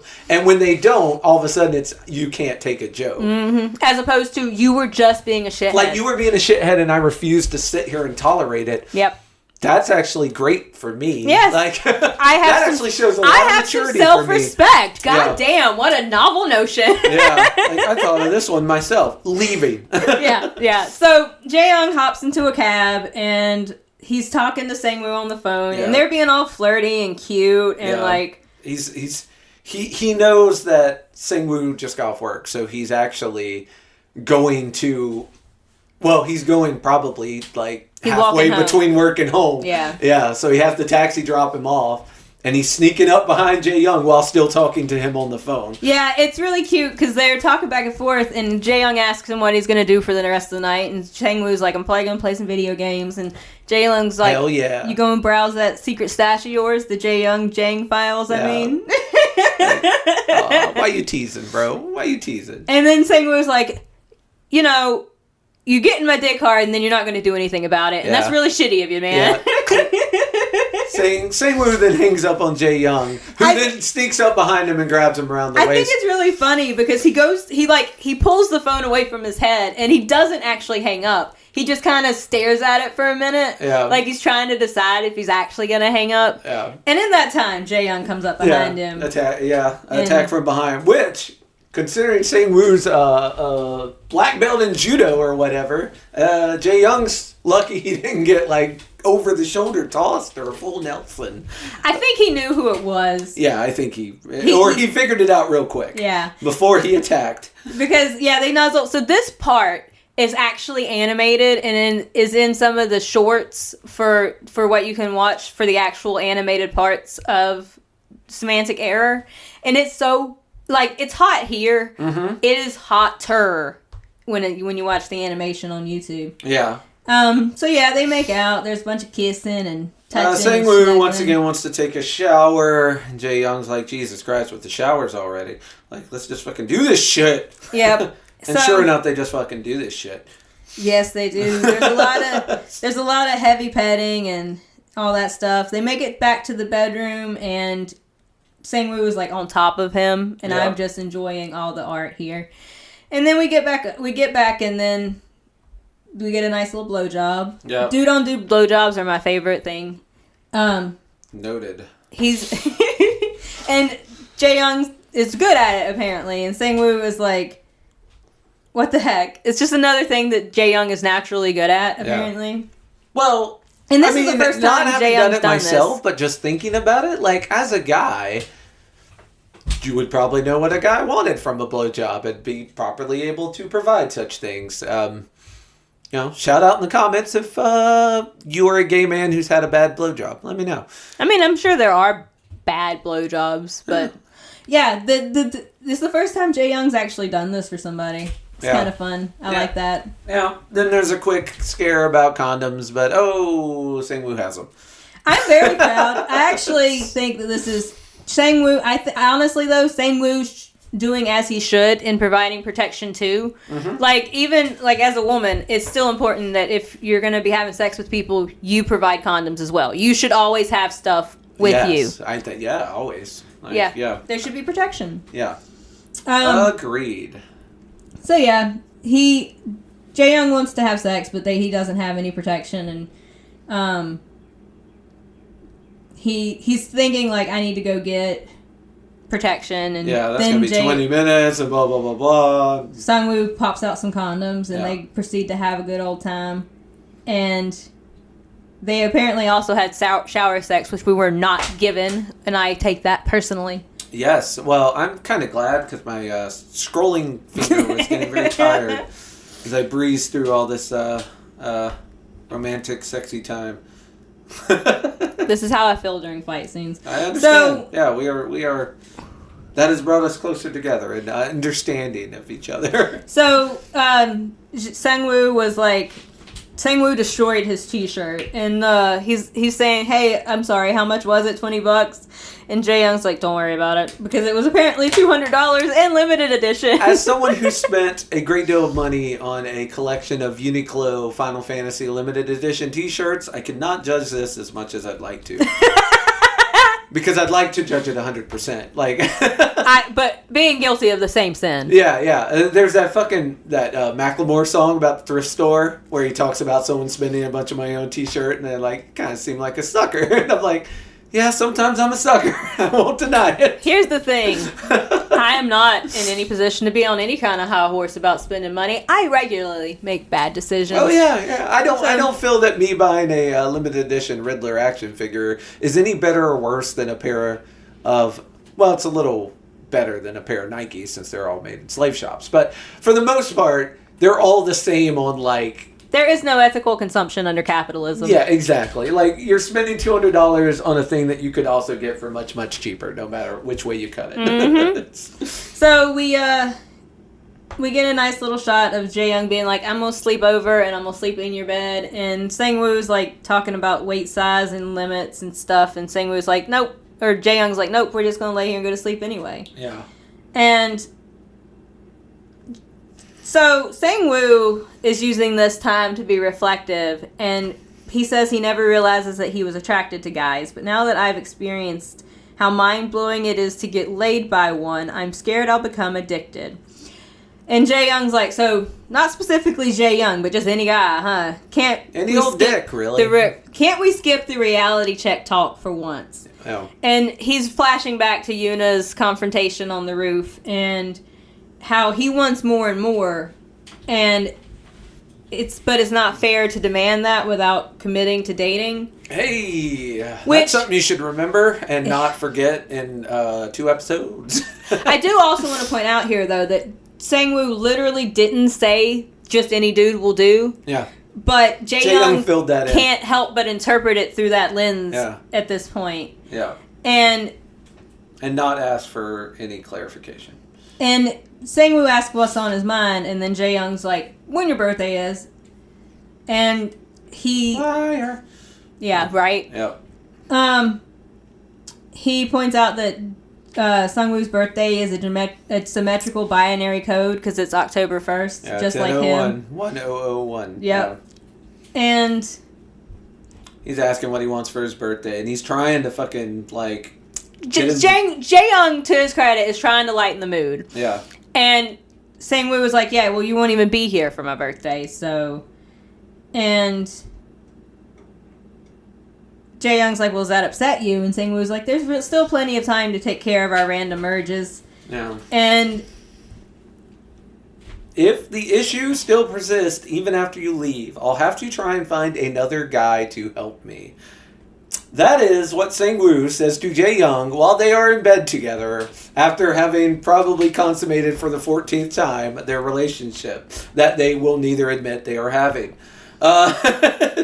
Jae-young, or Sang-woo thought he'd just do it once and then he'd be good. Mm-hmm. But it turns out that sex is like taxes and it's an urge that just keeps returning. Like, you gotta do it at least once a year or you forget how. Or the government comes... Sang-woo is just casually like, I'll replace you, no big deal. Yeah. Like, I cannot... Here's the thing, Sang-woo doesn't believe that either. He is trying to protect... Speaking of the castle walls, they mentioned just a few lines above this. Like, he's trying to protect his heart. He's like, I still need to believe that when you go, I can just recreate this situation with another person. Because I don't know, I am too scared to face any other reality of what might happen. And I get that. But Jae-young doesn't get that. Jae-young's like... Because Jae-young has secretly feared since the beginning that he's just a sex toy. He's just here for one purpose. Yep. And he ignores all the signs that he's here for more than that. As does Sang-woo. They both ignore the signs that the other person cares for them on another level. Yep. So Jae-young because they both have a perception of who the other person is in their head. Right. Yeah. and ignore any of the signs that don't fit into that puzzle piece. So Jae-young takes great offense to this, which makes perfect sense. And Sang-woo, for the first time ever, notices something's wrong with Jae-young, which is surprising. And he does say, and see, this is why I think a lot of the jealousy comes from this place, because Jae-young is like, he's reflecting on the fact that just the idea of Sang-woo with another man makes him queasy. It makes him sick. It makes him angry. It makes him anxious. And he's like, I should have seen this coming. At the end of the day, everyone's their own person. It's not like I can own him. And I do think a lot of his jealousy is coming from that exact spot. He wants to know that he's not that easily replaced. Yeah. And until he has some kind of confirmation on that, I don't know that he knows how to handle it in a better way. Yeah. So I shouldn't lead Sang-woo into my life thinking he's my one true love. I don't want him to get hurt when life gives him the ultimate wake-up call. Shit, who am I fooling? I'm the one who's desperately refusing to wake up. Yeah. And so he makes the choice in this moment to just focus on the present because... Which is a smart choice when you're going to leave in a couple months. Like, you know, until you decide that this is worth sticking around for or taking the person with you, it is... If you only have a limited amount of time with someone, which, spoiler alert, is true of every human on Earth's relationship with every other human on Earth. Truth. You need to enjoy the time that you have and not think about what could be, should be, will be tomorrow. And living in the moment, obviously, way easier to say than to do. Facts. But, yeah, you should both try, and Jae-young is trying. And Sang-woo also... A very vulnerable moment for him is when Jae-young keeps pressuring him about what do you want for your birthday. And Sang-woo finally says, I want our game to be a success. Because it will be a reminder of our time together. And it will be something that we created together. And, like, that is important to me. And if Jae-young had just taken that nugget and, like, processed it fully, he would have, like, we could have ended this at... Much quicker. Fucking episode 65 instead of 93. Yeah, I do think I wrote down that was a very cute moment. He wants their game to be good because they made it together. Yeah. And that's so fucking sweet. Yes, it's very cute. Yeah, so... Oops. I just closed my app. Yeah, perhaps there is another reason why. Maybe he's not just obsessed with the game and my body. It's like, maybe. Maybe you should reflect on that a little bit. Yeah. Maybe you should think about it some Maybe more. you should. So, we go to episode 66. 65? No, we're in 66. Yeah, you are correct. And after they wake up the next morning... You get one of the backhanded compliments that Sang-woo is so famous for. Well, not even a compliment in this case, but a backhanded insult. He's talking about how he slept. He's like, oh yeah, I slept well. I was pretty tired, so I completely passed out. Didn't even notice that the bed was so cramped. It's like, why did you... That last sentence, unnecessary. You could have left that off. It's like, I didn't even notice how much room you take up and how I could have spread out if I'd been alone.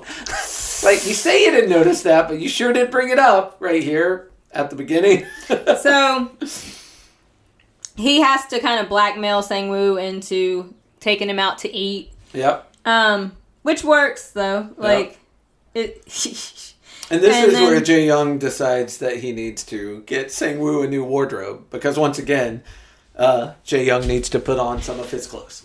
Yeah, well, Sang-woo was washing his pants, and Jae-young's like, she's like, you're trying to keep me here. So he does put on some of his clothes, and this out of the blue... Which again, of all the fictional things, even the fucking making out in a car, like, this is the most unbelievable thing, that a dude with 12-foot wide shoulders can wear the same t-shirt, or the same button-up shirt, that a guy with, like, with 4-inch shoulders can wear. Like, that did, like, the shirt just goes, it's perfectly fits Jae-young. I think it's because Sang-woo buys clothes that are too big for him. He kind of, like, hides in his clothes a lot. Yeah, but that's still... It is. Goddamn. I mean, look at the different ways that they fit, though. Like, that shirt is fighting for its life on Jae-young. The buttons are doing Lord's work. That shirt is fighting for its life on Jae-young, whereas it kind of hangs off Sang-woo because, damn. Yeah.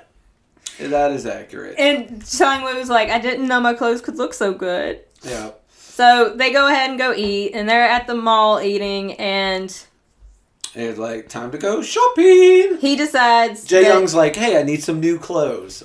Wink, wink, nudge, nudge. And this is another thing where it's like, luckily, I'm trying on clothes, but we're the exact same fit. So, because, spoilers ahead, Jae-young is going to give all these clothes to Sang-woo. Yes, this out of the blue shopping trip strikes me as Jae-young trying to leave a mark on Sang-woo. Mm-hmm. Just something small and harmless so that Sang-woo won't forget that Jae-young was there. Yeah. So... And also a chance to see him in other outfits. Because Jae-young does mention more than once that he would like to see Sang-woo wear something besides the one outfit that he owned. Yes. Yeah. So they go through a bunch of clothes, and Sang-woo is incredibly picky, which is the least surprising thing that's happened in this whole comic. Who would have guessed that this dude is so particular? Yeah, did not see that coming, but... So... We go ahead and there's so much money spent. He buys him a new cap and some new pants and some new shirts. Into 66, he makes him try on a white hat.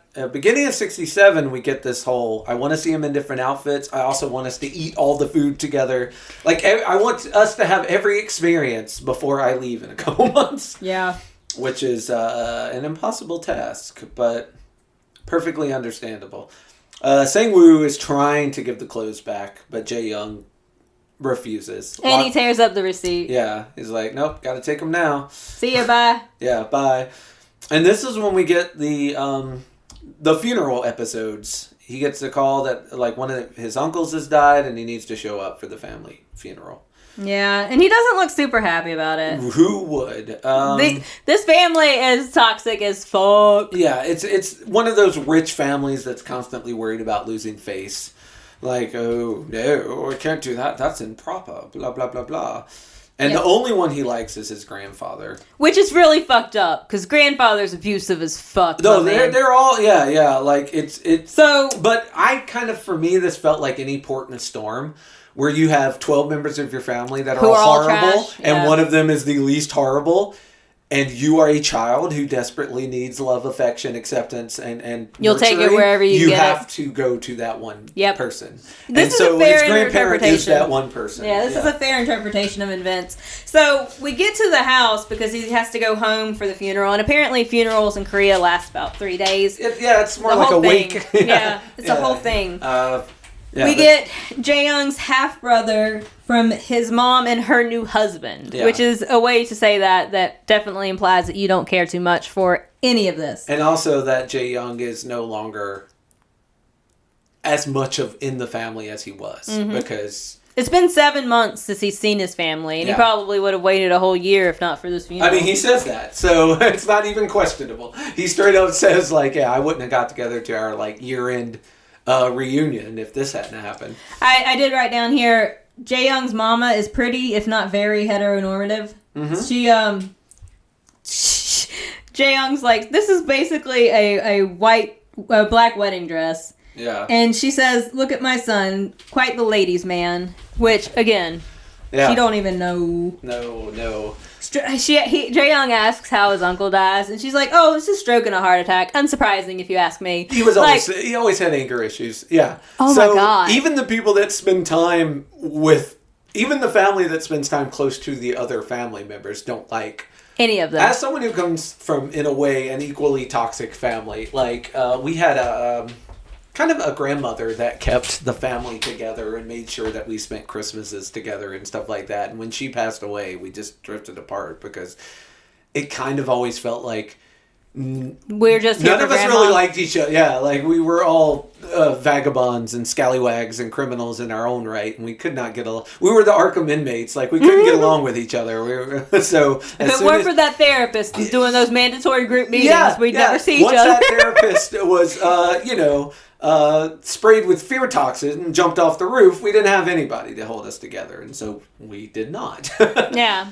But yeah, it's basically, you meet all these family members, but all you really need to know about them is they are all toxic, concerned with status assholes. Yes. And they're all taking stabs at Jae-young. He's taking stabs back at them. Now, I did want to... I'll get to that in a minute. Because the mom's talking about the bragging and how they can't let the family know that Jae-young got held back and all this. Just being absolute shit. Everybody sucks. Yep. The grandfather, or mom's eldest brother, was the heir. So now because he died, everyone will be vying for positions.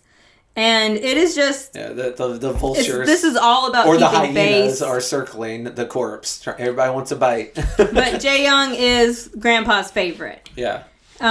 He calls him Little Puppy. Yeah. Which is just kind of creepy, I'm going to be honest. Super kind and loving and not at all condescending. But he took him in when he had nowhere else to go. Yep. And while Grandpa has to go take a phone call, and while Grandpa's out of the room... absolutely everyone starts sniping at each other. Oh, yeah. And I wrote down here, no wonder Jae-young is always ready to talk shit. If his family has prepared him for absolutely nothing else, they have prepared him for this. Because he is always, like, his aunt and her daughter are giving him shit about not having not graduated college yet. And then one of his uncles or something is like, you got a thing or two to learn from my son. Ju-yuk's already started his apprenticeship. And Jae-young's like, yeah, if he'd served in the military like he was supposed to, probably wouldn't have happened, though. Yeah. But it's weird. All of our family seems to avoid that somehow. Yeah. Isn't that funny? Yeah. How the men in our... So, someone says, be nice, military isn't for everyone. And Jae-young's like, right, especially not in our family, where young men conveniently get exempted like Yoon-sung. Grandpa's worried sick, you know. Can Yoon-sung even have a normal career with such a debilitating disease wrecking his lungs? Yeah. Well, that's if his doctor's to be believed. Yeah. And, like, he is ready to go constantly. Yeah, he came to play.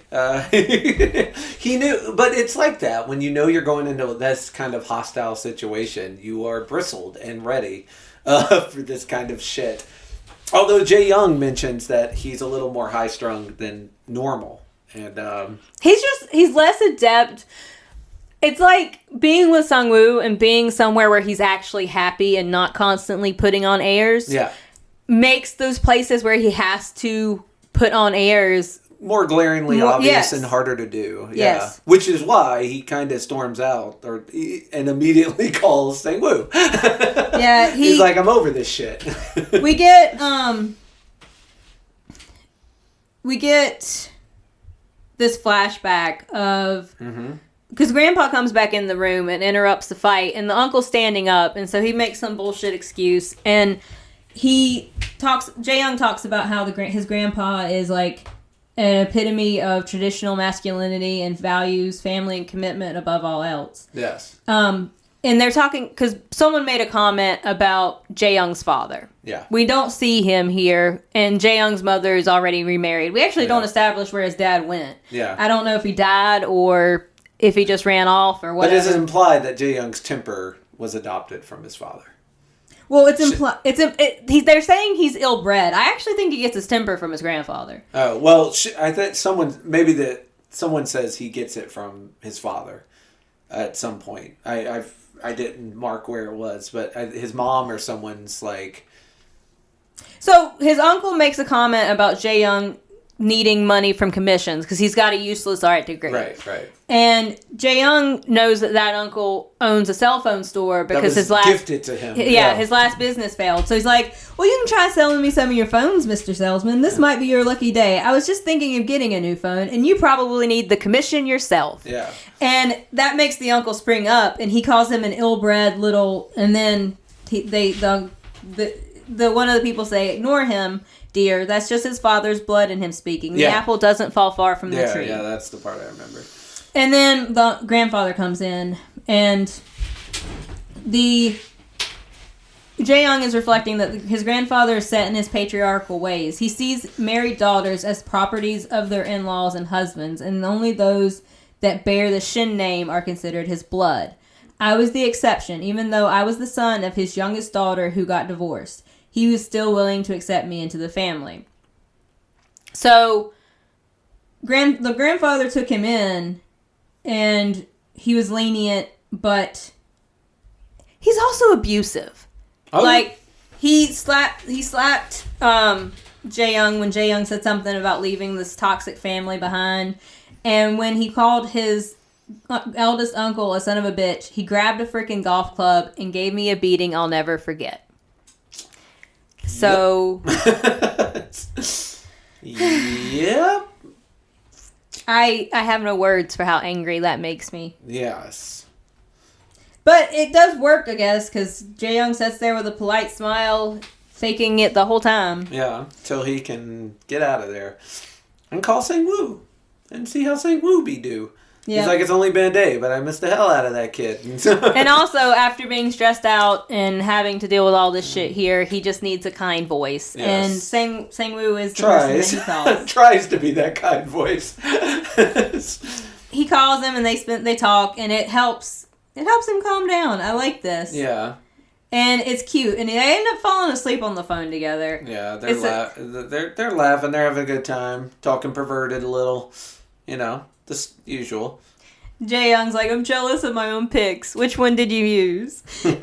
And it's cute. It's a really cute little, like... It does signify that this is more than a hookup. If the person that you're calling for comfort... for an emotional support, that's a different thing. When you're upset. Yeah. And he falls asleep on the phone with him. Yeah. Wakes up the next day. And this is where we get introduced to for no fucking reason. No reason. This is some fucking soap opera sitcom shit. And it's no purpose. But hey, for some reason, Jae-young has a twin brother. Reno's worst nightmare. There's two of them. There's two of them. God bless.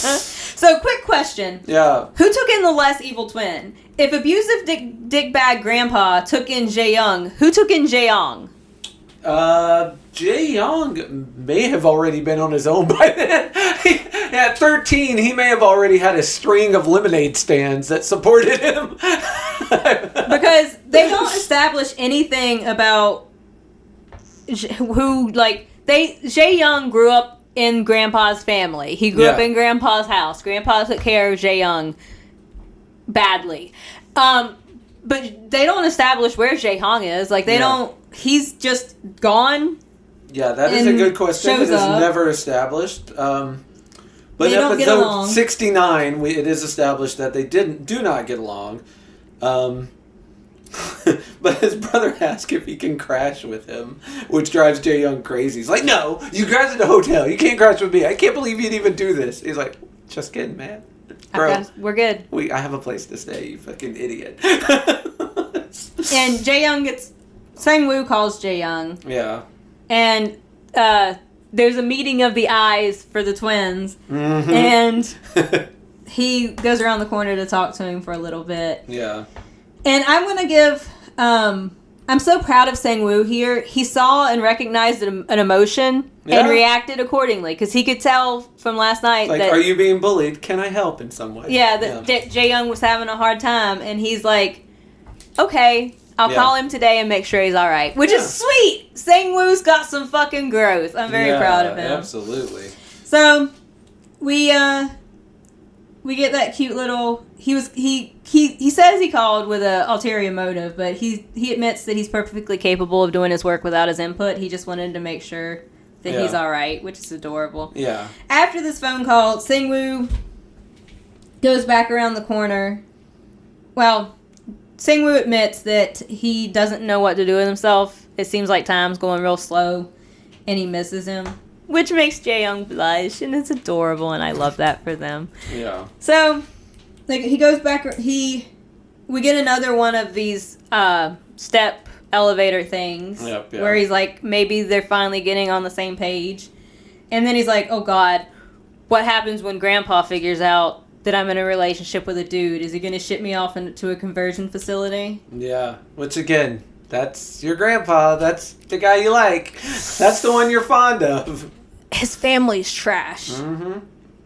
So, he goes back around the corner, and baby brother, or twin brother, or whatever, is just sitting there waiting for him, because, like, your baby didn't sound like a chick. Sound like a dude. Sound like a dude. Like a full-grown dude. Puberty dude, not a baby. Nope. Which I like. I thought that line was really funny. Like the idea that a baby was calling him. Like, no, not a baby. Full-grown, whoever this is. I kind of grew to like his brother. Based on what happens next. Yeah, yeah. Because Jae-young's done with this shit. He's like, I'm out of here. I'm leaving. I can't do another 2 days of this. Here's the thing. Good for good for fucking you, my man. Agree. Like, I cannot give him enough praises for this. Like, this family is obviously toxic. He recognized this as a child. Yes. And to finally get to the point where he's like, I'm going to go home. I don't need to be here. I don't want to be here. I'm going to leave. Yeah. So he puts so his brother's like, I never thought this day would come. Looks like we're really brothers after all. I don't suppose grandfather knows about this. I mean, even you wouldn't risk getting on his bad side over some fun. I admit it. You've got balls this time. Yeah. And this is where Jae-young wins me over, because Jae-hong is like, go. I'll dress up like you. I'll be you. I do think the twin brother is gay. Yeah. Oh, well, yeah, because Jae-young says, I've kept your secret for all this time.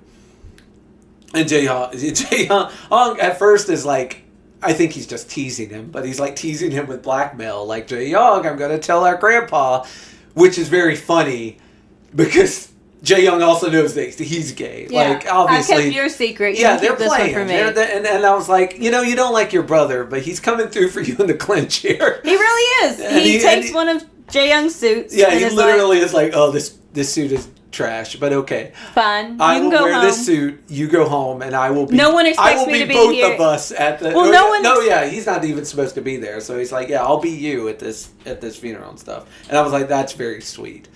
Like, Jae-hong really. I thought he was going to end up being an asshole, but he ends up being a good guy. Yeah, he actually ends up like.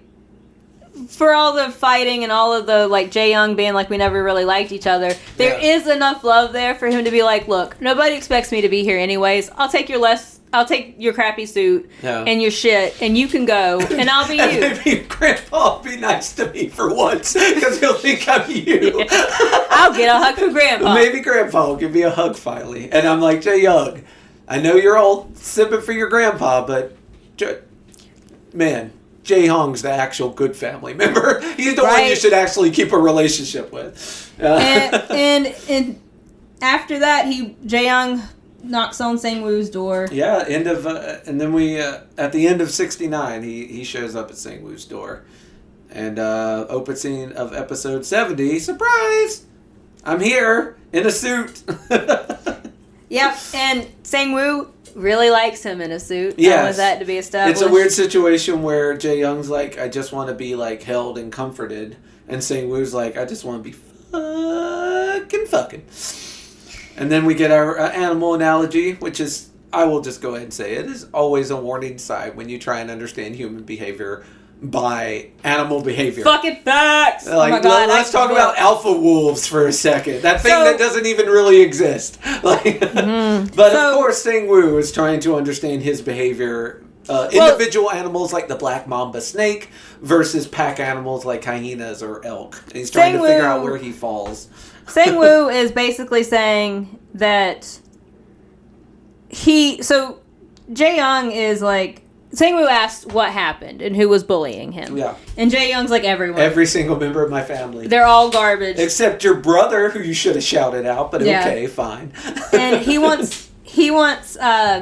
Jae-young does want comfort. Yeah. He's actually not horny in this instance. Why I say, Jae-young wants comfort. Sang-woo is horny. It's kind of a switcheroo here. He just wants Sang-woo to hold him and be nice to him. Yeah. Like, he needs someone to be nice to him. Yeah. And,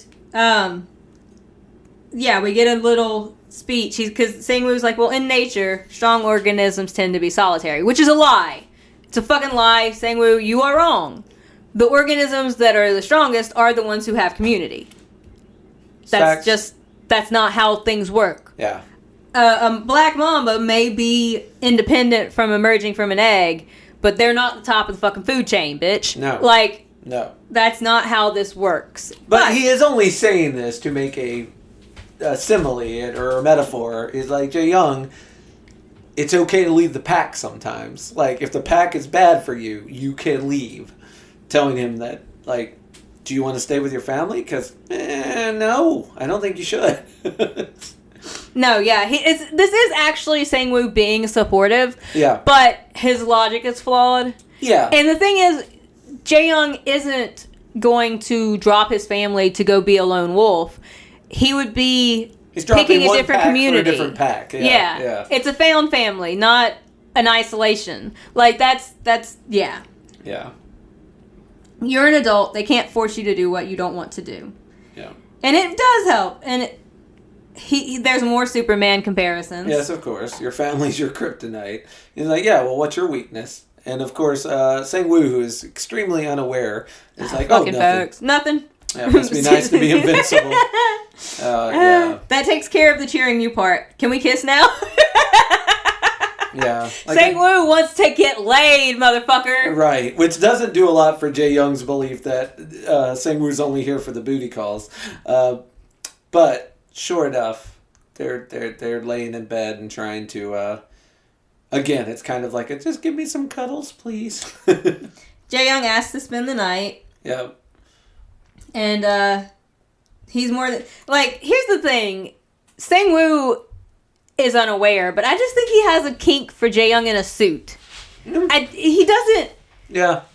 Well, he does say something akin to "when I saw you in that suit," and considering he also has pirate fantasies, I think he realizes that clothes enhance the mood for Sang-woo. I don't know if he consciously realizes it, but it's definitely a fact. Yeah. Like what Jae Young is wearing has a big reaction to Sang-woo and how he enjoys that. To the point that it's condom time and Sang-woo's offering to take the initiative here. Yeah, Sang-woo decides that he wants to be on top. Yes. So Jae Young's a little frustrated because he didn't come here to get laid. Yeah. He came here for comfort. Yeah. But Jae Young just wants comfort, and Sang-woo just is really into this suit, and he gets on top and decides that he'll take the lead. And this is one of those times where I really cursed Manta's censorship. Sang-woo is on top of Jae Young. I want images. Mm-hmm. Explicit images. They could have done lightsabers. I'd have been fine with that. I wanted pictures. Because Sang-woo gets on top and he rides. He's ready to go. Yep. It's very hot and I like it. Yep, he puts on the condom. He makes Sang-woo makes Jae Young stay pretty much clothed and puts a condom on Jae Young so that they won't get the clothes messed up this time. And yeah, it's hot. It's nice. I liked it. Yeah, Sang-woo asks if Jae Young is enjoying the show, and whether Jae Young is or not, I tell you what, I am. I assume he is. Yeah. And there's a nice little bit of sex and some black screen where you don't actually get to see anything. All right. Which makes me sad. I will complain at length. Yep. So eventually they end there. Yep. And we go to episode 72, where Sang-woo is taking a sex addiction test just to make sure he's not addicted to sex. I like this because, so before we get to that part, Jae Young is reflecting on whenever they're together, everything else fades away, and he just gets to be in the moment and enjoy them. And he wants to carve pleasure into every groove of his brain so that he'll never forget me and what we've shared. I love that shit. That shit is so hot. Such a good line. I love it so much. Indeed. But now we can go on to 72. Sang-woo is not a sex addict. Yay so. for him. And his partner for another group project shows up for one of his classes. And basically this whole bit is a lesson in how far Sang-woo's come with like tolerating people and being understanding. Because this dude, whose name I did not catch. I don't even know if he gets a name. Yeah, but this guy shows up and basically makes every single one of the same mistakes that Jae Young makes. And Sang-woo is like, oh, that's fine. Oh, that's okay. Oh, we'll work through that. What ideas do you have? Okay, well, I think this would work better. Like, it's almost like a whole new Sang-woo as far as this group project goes. The only thing that remains the same is that Sang-woo is still going to do all the work because he does not trust this other guy at all. Which is fair. Yeah. Yeah, this guy has not done anything to prove that he is trustworthy. In fact, he does the opposite by saying, hey, I was in that other group project. And Sang-woo's like, not a first-time offender, I see. Wonderful. But the dude does reflect that he tells Sang-woo, like, I was in that project with you before. I really appreciate how different you seem now. Because, like, you didn't leave. I didn't even think you'd be here by the time I got here. I was a couple minutes late because I fell off my bike. He comes in wounded. Yeah. He's like, it'll be fine. I'm here now. We can go on with the meeting. Please don't run away. Yeah. Like, but Sang-woo seems much more approachable and, like, much more human. Yes. Because he's like, after all, I had to choose between learning to break my own rules and saying goodbye to this epitome of tardiness right here. And there's a picture of Jae-young. Mm-hmm. And they're talking about the video game and how the debuffs and all this stuff. Yeah, Sang-woo and Jae-young are talking, and Jae-young's like, yeah, I've been in touch with a music studio. We need music for our game. We need to go by and listen to what they have for us. And Sang-woo's like, you got this. Like, you don't need me for this. I've got other things I need to be doing. And Jae-young's basically, at that exact moment, takes a phone call and is like, yes, I will be there. And yes, my partner will absolutely be there with me. The two of us, together. It will be weird if you only see one of us. Make sure we both walk into the room. He just tells Sang-woo that your opinions do not matter. You're going with me to this meeting. Well, it's because opinions do matter. He wants Sang-woo to like what they make. Yeah. But I also think that this part right here where it says, yes, that's correct, my business partner will be coming with me. I think Sang-woo was wanting to be called something different there. Yeah. Because it becomes a bit of a thing. Yeah. It says, what did you call me when you were on the phone? And Jae-young's like, He's like, you know what? Forget it if you can't remember. And Jae-young's like, well, what do you want me to call you? Right. I think he wanted Jae-young to refer to him as his boyfriend. Right. It's just weird. It's not even a term that's needed in this situation. Like, it's not, but they're making this game together, and it's true they are partners, but yeah. Much like Jae-young wants to stake a claim with the clothes and all that shit. Yeah, stake a claim without staking a claim. Fucking facts. Yeah. Sang-woo wants that claim too. Yeah. So, yeah, they go to 73 opens, they are at the studio. And they're listening to the music. Yes. They're talking about what they wanted. And this musician programmer thing, proving that Jae-young does kind of understand what Sang-woo was getting at. Mm-hmm. He refers to Sang-woo as the programmer this time. And he's like, thank you. But he meant business partner, not college student. Like, yeah. He's Jae-young's kind of poking at him. Yeah. He wants Sang-woo to admit what he wants. Yeah. Which is fair, but then Jae-young should also admit what he wants. It would be fair if Jae-young wasn't also doing the exact same thing. Yeah. So anyways, they go back and forth about the music, and this dude's pretty good at his job. And then the girl comes in. Yeah, a little assistant comes in bringing coffee Actually, to them. she's the musician, isn't she? She's the musician, but they do jokes about her being the assistant. Because the other guy's like, you don't need to bring us coffee. Like, what are you, what are you, the assistant? She's like, I am the assistant. We must make sure our customers are happy, or something like that. Where she's like, we always do this for. They have a little back and forth. She is not the assistant. And they also don't always do this because I think this was her excuse to come into the room. Yeah, because she thinks Jae-young's cute. Yeah, but Jae-young has to go move his car, and they have a conversation about how cute he is, and Sang-woo was sitting right there while they do it. Yeah, because unbeknownst to the dude in the knit cap, like him and his girl, his music writer friend, they don't know. So it's like, ask Jae-young out. Come on, you can do it. Blah, blah, blah. And she's like, I'd be too shy. He's such a catch. Is he dating anyone? She asks Sang-woo that.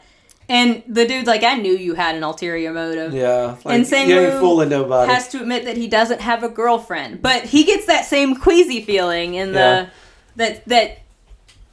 Jae-young got when he was talking about replacing 2 peas in a pod on this. But this guy in the red cap, again, good wingman. Good friend. He's trying. Because, again, nobody has made any kind of claim. Nobody knows. Right. And Sang-woo's like, I could use a mute button right now. Mm-hmm. So Redcap is being a good wingman, and he's like, you can ask him out when the meeting's done. Like, I'll set it up so that he hangs out for a little bit, and you can come out. Jae-young comes in, she immediately jolts, which I get. And they continue talking about the music. Sang-woo is checked out, which Jae-young does notice. Yeah, Jae-young's like, hey, you usually have very strong opinions about everything. Yeah. What you doing, buddy? And Sang-woo is feeling sick, and he is just...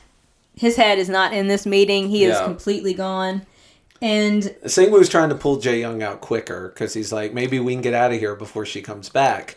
He does not want her to get this. Yeah. Much like someone else. Now, this is weirdly familiar. I don't know where I've seen it before, but I know I've seen it somewhere before. Completely new in this comic. You're correct. I'm sorry. I was thinking of something different. There was clearly something else where someone wanted to run interference so someone wouldn't get the chance to ask someone out. Yes. But Knitcap is like, hey, my assistant kind of likes you, Jae-young. We're having a dinner. Yeah, I'm having a dinner if you'd like to come by. And Jae-young's like, no, I'm already seeing someone. Which is a thing Sang-woo could have said when it was asked if Jae-young was seeing someone. Well, he was saying Jae-young doesn't have a girlfriend, which is technically true. But when they asked, hey, does he have a girlfriend? Sang-woo could have said, he's seen someone. Nice little way to weasel around the problem and still get the desired answer. But they haven't made... Sang-woo wasn't going to stake a claim. He could have lied. He could have avoided the situation. He should have.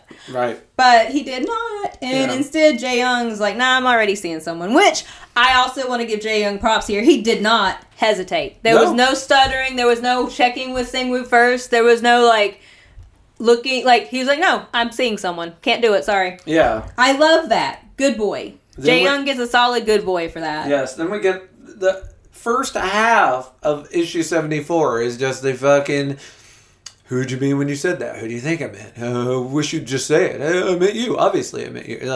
Just the conversation, that honestly I could have completely done without because, who the fuck do you think he was talking about, Sang-woo? They go out to eat, and Sang-woo felt the same way he did before. I feel like if either one of these fucking idiots had a single ounce of emotional intelligence and could just talk about the fact that they're both anxious about the undefined state of this thing that they're doing, and they both want more, but they just can't have a normal conversation. They just can't, talk about it. Nope. And poor Sang-woo is so jealous, and he doesn't know what to do with it. They go out to eat, and all the girls are making comments about how cute he is. Yes, and it's hard being the ugly one in a relationship. Poor Sang-woo. And Jae-young is like, hey, I can tell something's wrong. You want to tell me what's the matter? Yeah. And Jae-young's like, nope. But he then gives him a kiss. Well, he daydreams about sitting in his lap and staking claims. I didn't even realize that was a daydream. Yep. Because he does kiss him outside the restaurant afterwards. He feeds him a bunch too, which is cute. Yeah, he also feeds him. He's staking a claim. He's like, all you girls looking, see me feeding him? Know what that means? Yeah. Mine, bitch, mine. Yeah, exactly. And then we get a scene of them on the waterfront, which is my favorite panel because water's hard to do. And this is a very beautiful scene of the city and the lights of the city reflected over these two bridges. I'm a big fan. It's a good little scene. So they drive out to this really pretty place. Jae-young is basically, or Sang-woo has basically memorized all of Jae-young's favorite music. Yeah. The view's amazing. They're being all cute. And 75 starts with Jae-young calling Sang-woo beautiful, and they're being all romantic. I think you're pretty. I bet you wouldn't have guessed that up until now. Yes. And Sang-woo is reflecting on the fact that Jae-young probably takes a lot of people out to this exact spot. Yeah. And Jae-young's like, can you tell me what's up? He's still trying to talk. Yeah. I give Jae-young a little bit of credit for that here. Oh, yeah. Yeah, he absolutely is. He does, but Sang-woo doesn't have the words for it. And all of Jae-young's pushing isn't going to help if Sang-woo can't recognize how he's feeling. Yeah. And then it goes back and forth, and he says that the people at the restaurant were checking him out, and Jae-young's like, well, people can look. It's not a big deal. Looking's not a crime. Which Sang-woo takes personally, is like, that's a player thing to say. And then asks how many people he's dated. And, again, that's not a good way to approach the situation. Nope, no. How many people he's dated before has zero to do with him doing stuff with you now. Yeah. But it's cute. Jae-young gives Sang-woo a hug, and it's like, looks like my firmware update for my robot comes with a jealousy function. Yeah, and Sang-woo starts asking Jae-young, list all the reasons that you're with me. Like, why are we doing this? And, of course, Jae-young does, but... he starts with all the, like, it's all pretty physical stuff. Shit. And Sang-woo says that, and Jae-young's like, well, I'm not done. Like, hold on. I could go on and on. I got more stuff. But there's this one pretty big secret that I'm scared to tell you, because you'll definitely run away when you hear it. Yeah. Which... Sang-woo asks him to tell him. He refuses. They make out some. And he's like, so what's the secret reason? He's like, I just gave it to you. He's like, but we haven't said anything. All we did was make out. And the question's going to get reversed. Yeah. Jae-young doesn't tell him. And if he would have just said, I love you right here, it probably would have solved a lot of shit that's about to happen. But Jae-young doesn't. And Sang-woo's like, most people get insurance because they know they're going to get sick or get into an accident. It's a form of risk management. But there's no insurance that can come to my rescue if you suddenly decide to walk away and pursue someone else. So isn't it natural to be on edge knowing how unprepared I'd be to face such a risk? Yeah. Which Jae-young's like, okay, that's fair. Which is all the more reason why you need to speak up. Like... how exactly do you want me to help you? And Jae-young, unbeknownst, Sang-woo is like, he's gonna leave. He can't make him wear a mask. And Sang-woo kind of pulls back. Like, he's much like, I'll think of a way to be ready for it when that day comes. Which is, don't worry about it. I'll just say this. If you're gonna run out of groceries, you go out and get some more. Yeah. And that... Jae-young gets his feelings hurt, basically. Yeah. And instead of doing the very thing he just told Sang-woo to do and talk about it, he gets pissed off and he... Well, 75 ends with, like, him saying, well, what do you see in me? Like, why is this relationship on... Why... Answer the question that you just had asked me. And then he says, well, actually, I think I can guess. And then we cut to 76, and it's the next day, and we assume this conversation did not go well. Yep, basically, Jae-young is ghosting Sang-woo. Yeah, he storms out of the car. And by the time he drops him off, it's been like 3 days, and there's nothing, no talking, no... And Jae-young isn't replying to text messages, he isn't calling him, and Sang-woo's like... Even knowing he was going to leave, he didn't prepare himself for when he actually left. And there's just a whole bunch of, like, him feeling bad for himself. And he's like, replaying the whole relationship. How much they've shared together. Yeah. They've spent nights together. He gets restless without him. And then he's leaving in July.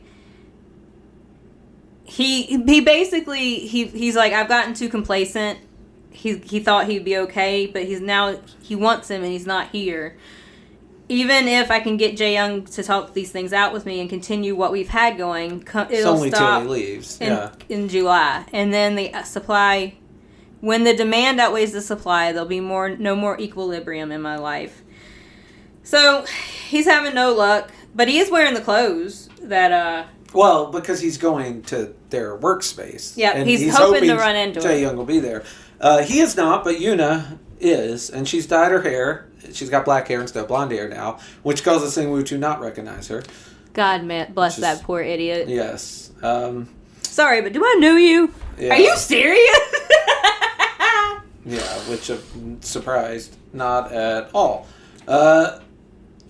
And then he's like, don't touch me and don't call me by my first name. She's like, well, you don't have to be close with someone to call them by their first name. Yeah. And Sang-woo's like, well, that's just how I operate. This is Korea, which means addressing people by their first name signifies. I'm just not right. Signifies? There you go. Intimacy. And Yuna's like, so, I take it you calling Jae Young's name out in front of me as a public display of affection then. Yeah.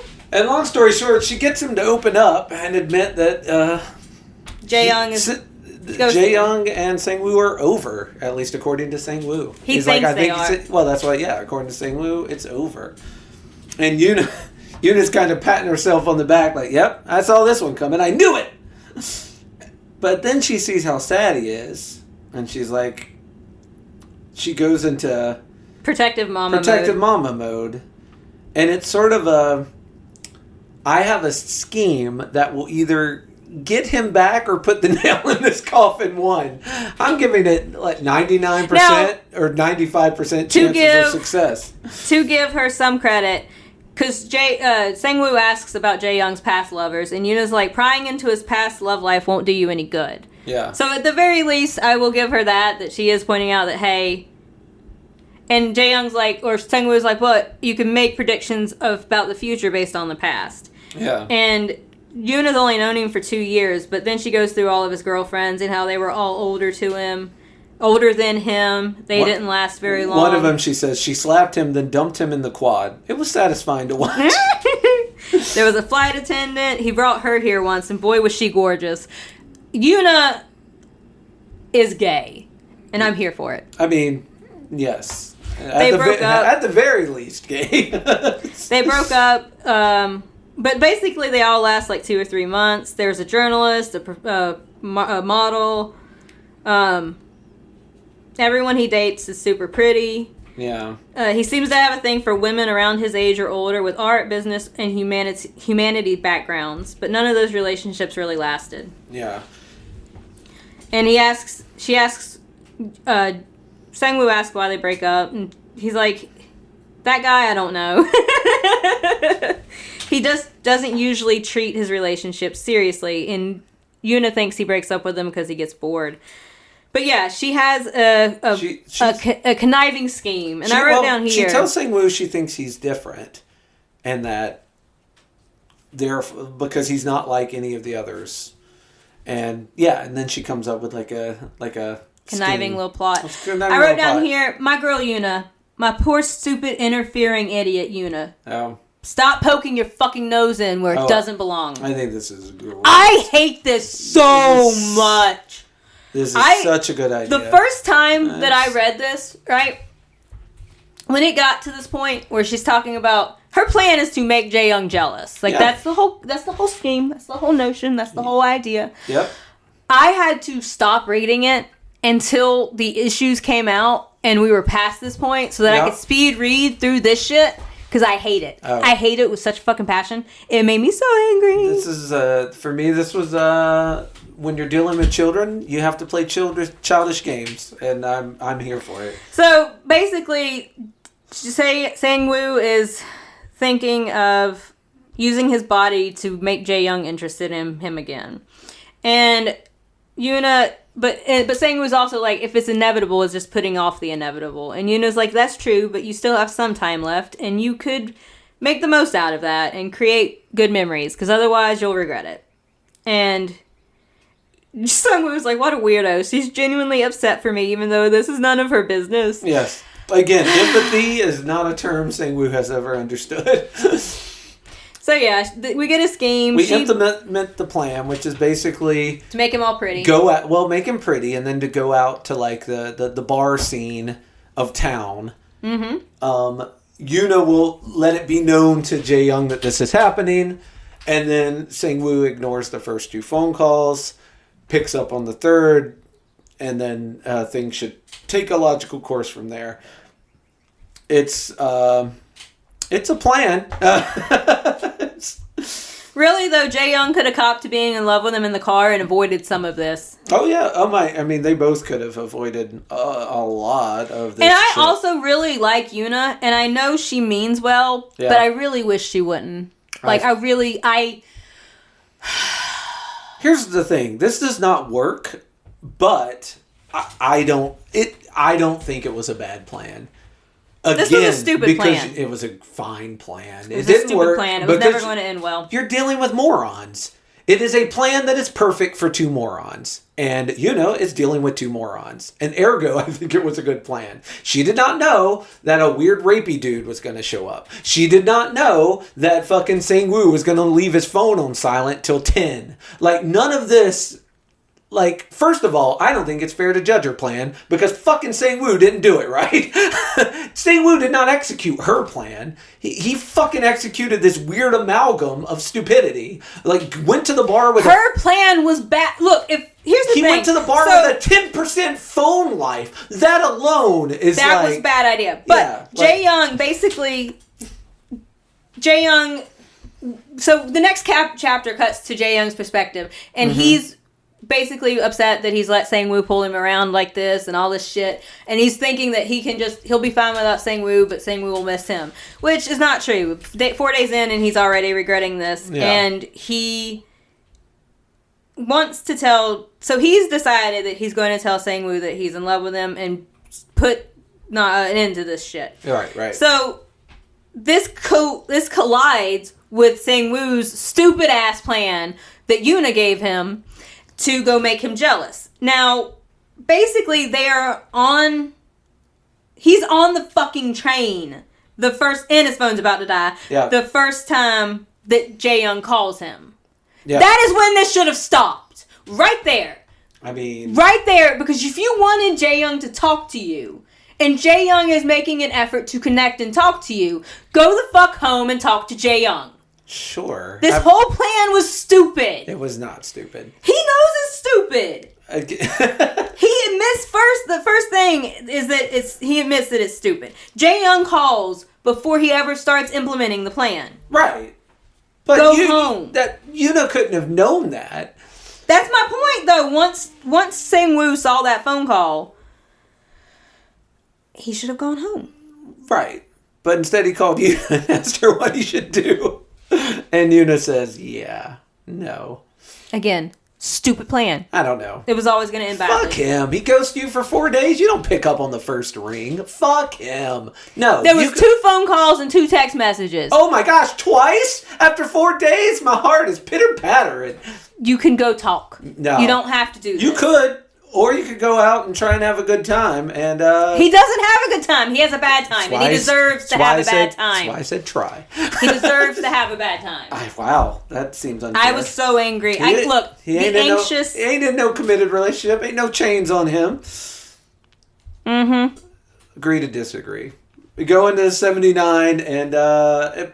he's not having a good time at the bar. He is not. And Jae-young is at his house. And he gets a text message from Yuna. Yuna sends him the updated cute version of Sang-woo that she created in her Frankenstein lab. And he's like, all right, well, now I've got to go to this bar district. Like, this is Yuna's plan being played out. And Jae-young immediately recognizes it as Yuna's plan. He does, because Sang-woo is not this stupid by his damn self.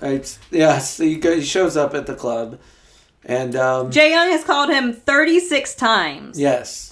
And text him. And it's 9:41. And yeah, he's mad because he left his. Well, he kind of fell asleep on the bar. Yeah, with his phone on silent. He's been drinking too much. Yes. There's this weird, creepy dude hitting on him, and he has to get into a physical altercation to get the weird, creepy dude to leave him alone for half a second. So then when he checks his phone, he realizes that he's got a stack of missed phone calls and text messages, and Jae-young's calling him right then, and he's mad now because he spent 2 hours walking around looking for Sang-woo. Yes. And so when Jae-young finally gets him on the phone, he's pissed. Yes, they are both upset with each other. Yes. Which is why I should have went the fuck home. But when he answers the phone, he's like, what the fuck do you want? What's your game? What are you doing? Like, Jae-young is mad. Sang-woo is upset. And they basically fight on the phone. They have a fight on the phone call. Yes. And Jae-young's like... Another reason I think Yuna was totally right and this was a good plan.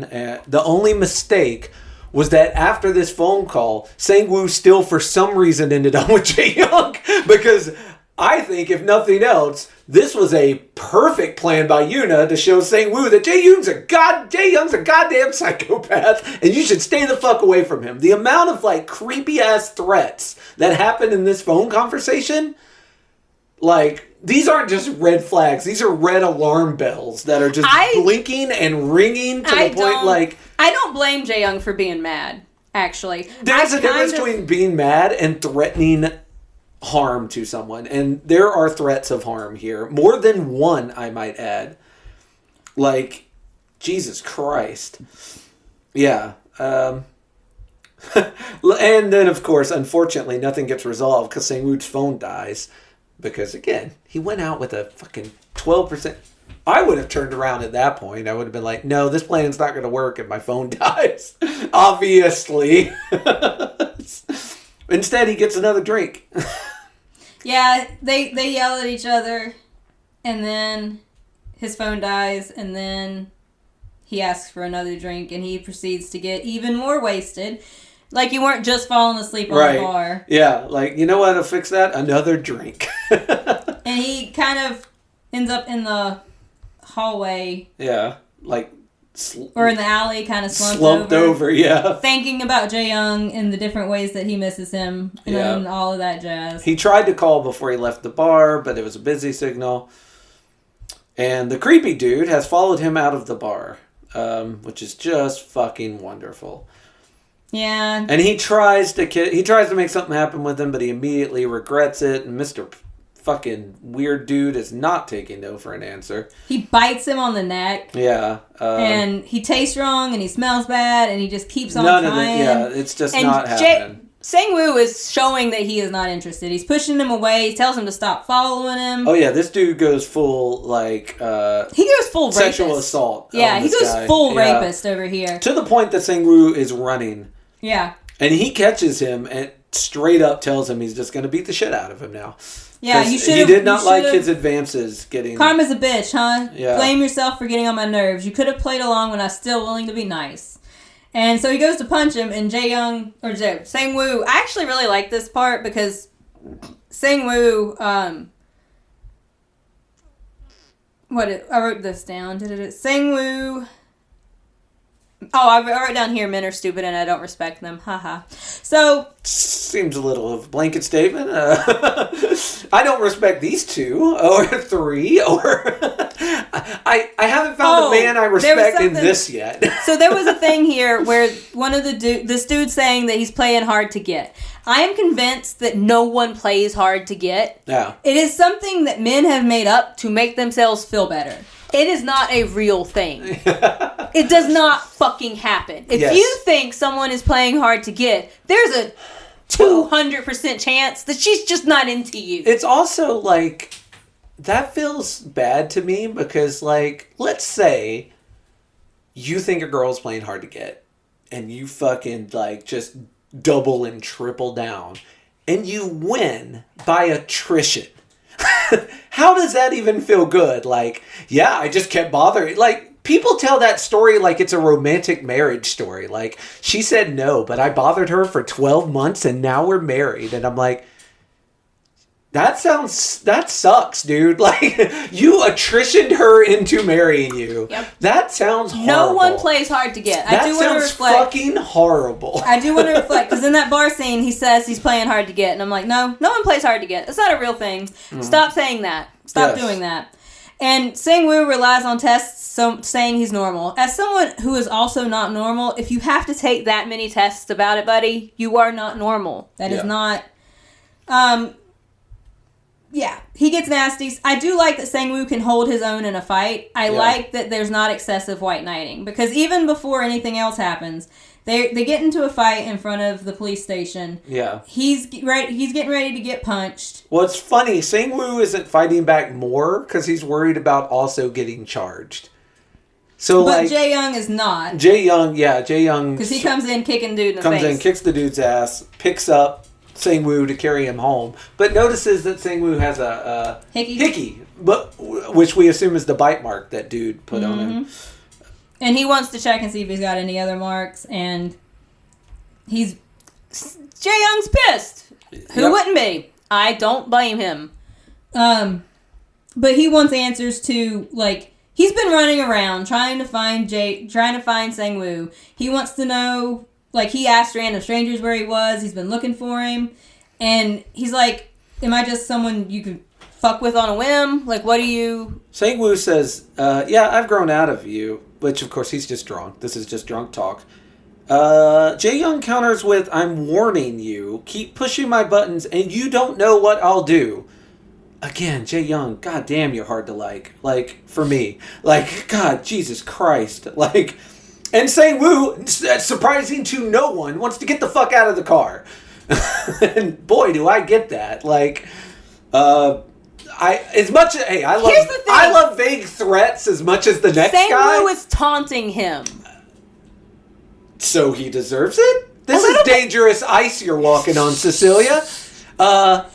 Should we find out what Sang-woo was wearing that night to see if the sexual assault was also justified? He's taunting him with the we kissed and who cares what I did with him and don't care. Don't get to threaten someone for that. I make idle threats all of the time. I kind of feel like until you act on them. It doesn't feel idle. Nothing about the panel in which he is saying that or his facial expression leads me to believe it's an idle threat. I think the fact that up until this point that he hasn't been violent, to me, means that they're idle. I think he's angry and he's talking out of anger, and until he does something, it doesn't... I'm not saying it's healthy, and I'm not saying that it's good, and I'm not saying that you should do it in real life. Right. I am saying that up until this point, he has been pissed. He has made bad choices in his words. But up until this point, he has never physically harmed Sang-woo. Yeah. He has always pulled back, even with the sex shit. When he saw Sang-woo was clearly in over his head and couldn't handle it, he pulls back. He is angry. He is saying shit. I'm not saying that it's good. Yeah. But I don't... Until he actually hurts Sang-woo, I don't think you can take everything he says at face value. Okay. That is my only, like... Because he hasn't. He has been pissed before and he has not hurt Sang-woo. Yes. For me, though, repeated threats, whether they're carried out or not, yeah. I don't blame Sang-woo for wanting to get the fuck out of the car. I don't blame him for wanting to get out of the car. I think they both handled this very poorly. But I also think that Jae-young handled it poorly and Sang-woo was trying to make him handle it poorly. Like, this to me is both of them being wrong. Oh, they're egging each other on. Yeah, like, I won't argue that. They end up on the street egging each other on. Yeah, actually. They're fighting in traffic. Loudly yelling at each other. And yeah, Sang-woo is, so what if I did sleep with him? What's it to you, man? But I feel like on the level, like, you know, like, talking shit to someone is down here and threatening someone is way up here. Like, I don't feel that they are equally wrong in this. I will not argue that they're both wrong, but I feel like threatening someone is like on a much higher level, especially when it's a vague threat that could literally mean anyone, and you've done it multiple times about things as slight as, what's the name of this dude on your phone? What's that dude's name? You better tell me, or else. Like, it's a different level for me personally, but it is what it is. Episode 81 ends with them fighting on the fucking freeway like psychopaths. Yeah, they're in traffic. Yes. It's like but we finally do at least progress some with an actual conversation. Yes. Because Sang-woo's like, you accused me before, you didn't even ask for my side of the story. You just accused me, and like Jae-young's honestly like, yeah, because you hurt me. You hurt my feelings, and therefore I lashed out. And Sang-woo's like, look, you're the absolute worst cheater I've ever seen. You heard me. Once you're in the States, you're going to sleep around with everyone. So how's it a crime that I kissed one random dude? Give me a fucking break. And Sang-woo finally admits that he is very anxious about the fact that once Jae-young leaves, what is he supposed to do? And he's like, Jae-young's like his whole Sang-woo's whole life is all screwed up because he likes Jae-young, and it's too late for me to go back to the way things were before you came along. And he's tired and he's sad and he doesn't know how to go on once Jae-young leaves. Yeah, you're going to go to the States and sleep around with everyone. I'm going to be left here. Yeah, Sang-woo's like, I can't stop thinking about the future. What am I going to do when you leave? So, Jae-young admits that like all the stress and anxiety has really not brought out the best in him, which I'm not going to argue with. No argument there, yeah. He gets Sang-woo is passed out. Yeah. So he puts Sang-woo in the car and takes him home. Because that's what you gotta do. He could have left him on the side of the fucking road. At this point, I might have left him on the side of the fucking road. No. Yes. But when he wakes up, he's making him breakfast or lunch. It's 11:30. Brunch. He's making him brunch. He's cooking him some food. He's telling him you've already missed your class, so you might as well just give up on that shit. You might as well sit down so that we can talk. Yeah. You've missed your class, and it's the first one you've missed, I'm sure. He's like, but it's a double, it'll count as 2. And you find out that Jae-young is also missing one of his classes, and this is literally the last one he can miss before he fails. But he's doing it because this talk needs to happen, yeah. So they go back and forth. Jae-young's like, hey, let's be exclusive, let's admit we're fucking dating. I want to be the only person that you do stuff with, yeah. They do, before this, is this where he says, I'm an irredeemable asshole? He says it a few times, actually. I like one of the times he says it. I like that Jae-young knows who he is as a person. He's an irredeemable asshole. He's fine. He's known that. But they do finally talk, because Jae-young points out that, like, try to put yourself in my shoes. Weren't you annoyed as heck that girl at the sound studio was just checking me out? And Sang-woo's like, well, I can't make you stay. But Jae-young's like, well, you can talk about your feelings. Like, how do you want me to help you? I'll give you some time to think about the answer. What he's really asking is, like, what do you want to do about this relationship? Like, because, you have the options. They go out and eat lunch. That's where Jae-young admits that this is the last class he can miss before he fails, which I do find quite funny. They go back to the apartment where Sang-woo actually sees some old pictures of Jae-young. Yeah, this is his first time in Jae-young's apartment. Yeah. He's like, I want to take these. I'll keep them. Yeah, sure, why not? And they decide to hang out and watch another Superman movie. More Superman. They love that guy. When they're not being unnecessarily dramatic, they're really cute together. The snuggles and the kisses and all just sitting there, like, they fall asleep on each other not watching Superman.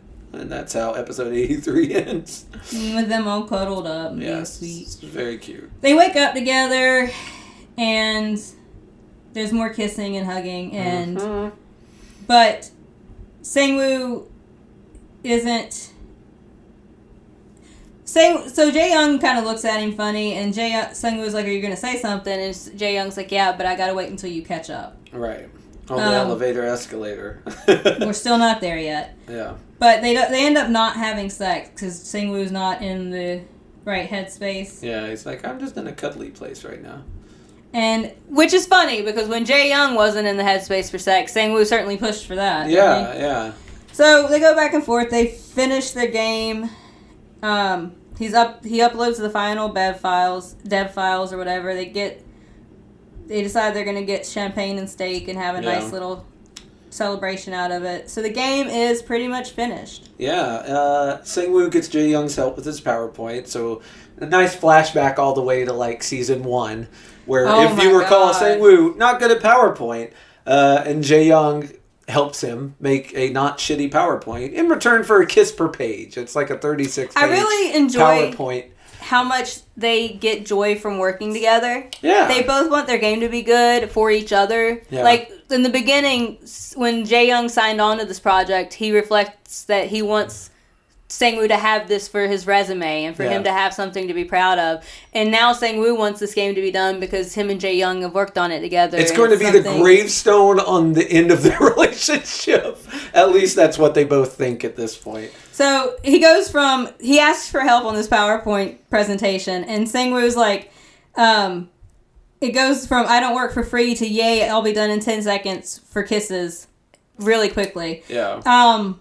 So yeah, that is not the case though, because this PowerPoint is a goddamn mess. Yeah, every page he's got comments and Jae-young at one point is like, I'm legit shocked in a bad way. I've never seen a paragraph long presentation title in my whole life. Yeah. This whole thing is just... My favorite panel is there's one where it's got this like cute little walrus and he's like, what's that guy doing there? And Sang-woo's like, I thought people like it because it's cute. And Jae-young's like, yeah, he's got to go. He has to change the font. He has to change, like, basically, Jae-young redoes his presentation, which kind of makes up for the presentation he didn't get to help with in the first bit of this.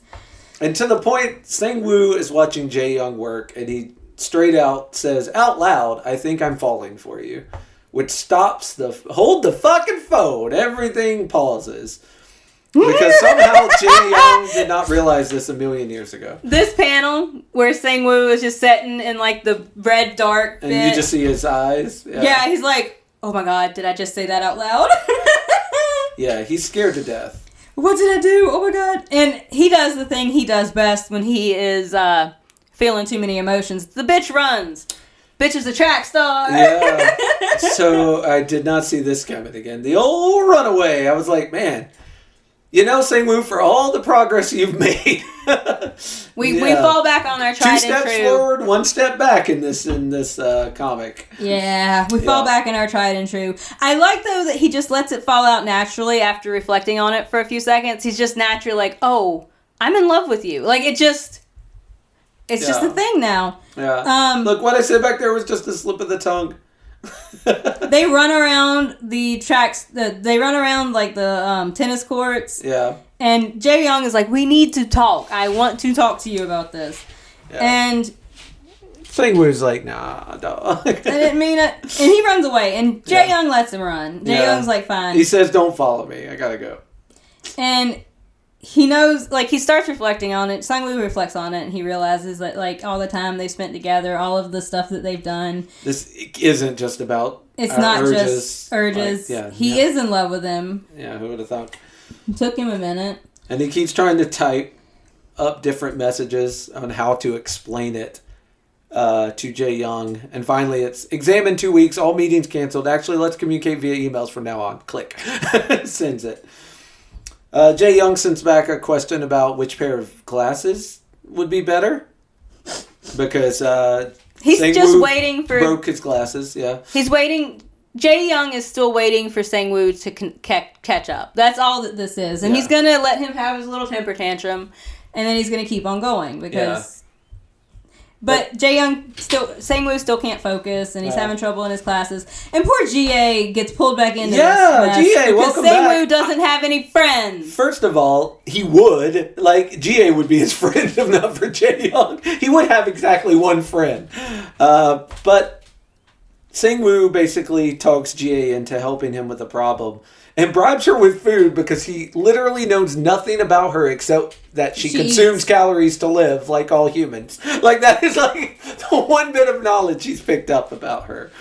So, and for all the shit Jae-young gives GA, she saves their fucking relationship, so he needs to calm the fuck down. If it was not for this friendship and this conversation... I don't know if these two would have ended up together. Facts. So... Honestly, GA dodged a bullet with both of these motherfuckers. Oh, yeah. I've said it before and I'll say it again. Thank God they found each other so no one else has to deal with either of them. All right. But Jae-young owes GA his entire relationship. Really does. And he needs to go to her, apologize, and tell her and Sang-woo that they can be friends. So, basically, Sang-woo uses GA as a sounding board. And he's like, so... For the sake of anonymity, let's call people X and Y. X really likes Y. I'm sensing a but. Right. Y is about to leave the country. All X wants is to keep seeing Y. What can X do to resolve the situation? Mm-hmm. And GA is like, are you stupid? It's the fairest question that has been asked in this entire thing. Yeah. Episode 87 is all about the problem with the most obvious solution in the world. GA says that X can ask Y to stay. And Y is like, Sungwoo's like, but Y's career is unnegotiable. Like, he doesn't want to stand in the way. And also can't really ask because X and Y aren't really in a relationship. And Sangwoo just mentions all the things they do together. And GA is like, no, you're in a relationship. You described a relationship. And literally brings up the definition of relationship and shows it. I wrote this part down because I'm like, GA knows her audience. She literally pulls up a definition. She would make a good teacher because she knows how someone learns and then uses that to help them learn. Sangwoo is like, well, they're both dudes. And GA is like, that doesn't matter. Let me tell you about gay relationships in every country except this one. Not really. X and Y are already in a relationship. It's that simple. And Sangwoo goes on this big old spiel about how marriage is an institution to ensure the reproduction in children, and Jay's like, I have to disagree. Same-sex marriages is being legalized all over the world as we speak. There are 34 nations that legally recognize gay marriage, and most of them are developed countries with a high degree of human rights awareness. Besides, reproduction is no longer a crucial aspect of marriage today. Many heterosexual couples choose not to have children. In the past, people had to marry because families were more likely to survive living in harsh conditions than people who had to fend for themselves. Again, proving my point that communities are important, bitch. So, she basically goes through why should marriage even exist if it doesn't allow us to be who we are? And I just, again, want to light a candle for my girl because I adore her. And she's like, so you're no different from a cave dweller. Love is the greatest privilege of mankind, and you look down on it. And Sungwoo was like, I think you need to calm down. Yeah. So. And she compares it to video games. She's like, why do you play video games? So much. They don't improve society. Like, not everything has to be about improving society. If it's about love, you love video games, so you play them. You love this person, so you should be with them. You shouldn't worry about whether it's benefiting all of society or not. That's kind of a big load for one relationship to carry anyway. Well, and if you're going into a relationship being like, the point of me being here is to make everyone else happy, that's not a good thing to do anyways. No. So, yeah. Eventually, she's like, I'm tired of listening to other people's relationship problems. I'm going to go find a man. I'm so tired of this. And then the last thing she says, very cute, chin up, choo-choo. She walks out, and I'm like, yeah, fucking GA, MVP. Denial won't change the fact that X is in love with Y. Yeah.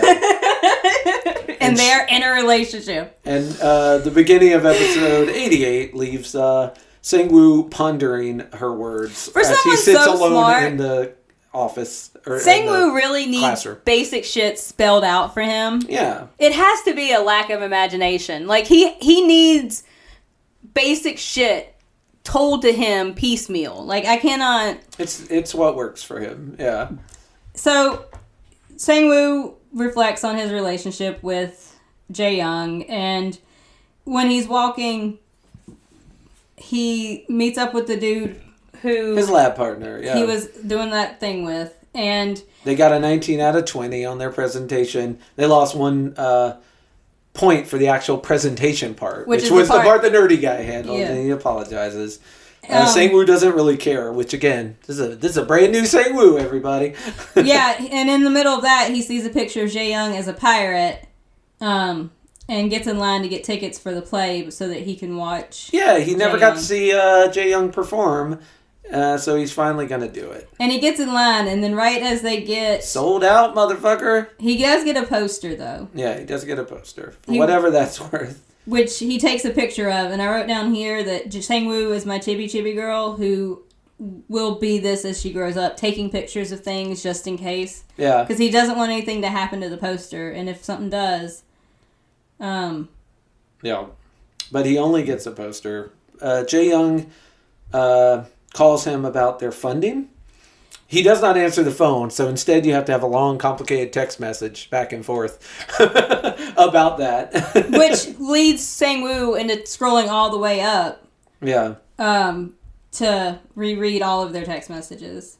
So the day of the play comes, and indeed, he's waiting in line. Yeah, 89. We're getting close to the end. We're almost done. Yeah. We're going on 3 hours, so. I was getting ready to say, if this hits 4 hours, it's going to be a two-parter. I'm going to cut it into 2 episodes. No, we get to episode 89, as you said, and he keeps hoping that someone will last minute cancel, and that ends up not happening. Yes. So he cannot see the play. Yes. He goes home and checks his mail. Which he apparently has not done for a week, because it's coming out of the box, like it's stuff. And guess what? There was a ticket there the whole time, but it's too late. And he starts crying. He missed the fucking show. Yes. And he doesn't have anybody to blame through but himself. So he's like, all right, fuck all this. I'm going to figure out this problem. He starts doing he starts trying to figure out how Sang-woo and Jae-young can stay together. And he's trying to figure out, hey, maybe I can go to America. Get a visa. But it's going to be hard, and I don't have the time I need to do it. So that doesn't feel like that's going to be the right answer. And then he gets worried that if he changes his whole life to follow Jae-young, Jae-young will get bored of him and he'll follow him to the States. It would suck going to the States and then the relationship ending in like 10 minutes. And he said, these 4 months of with Jae-young are just a tiny fraction of the timeline of my life, a flashing dot that lies outside of the scope of what's normal.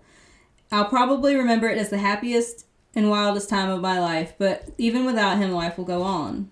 Yeah. And not wrong.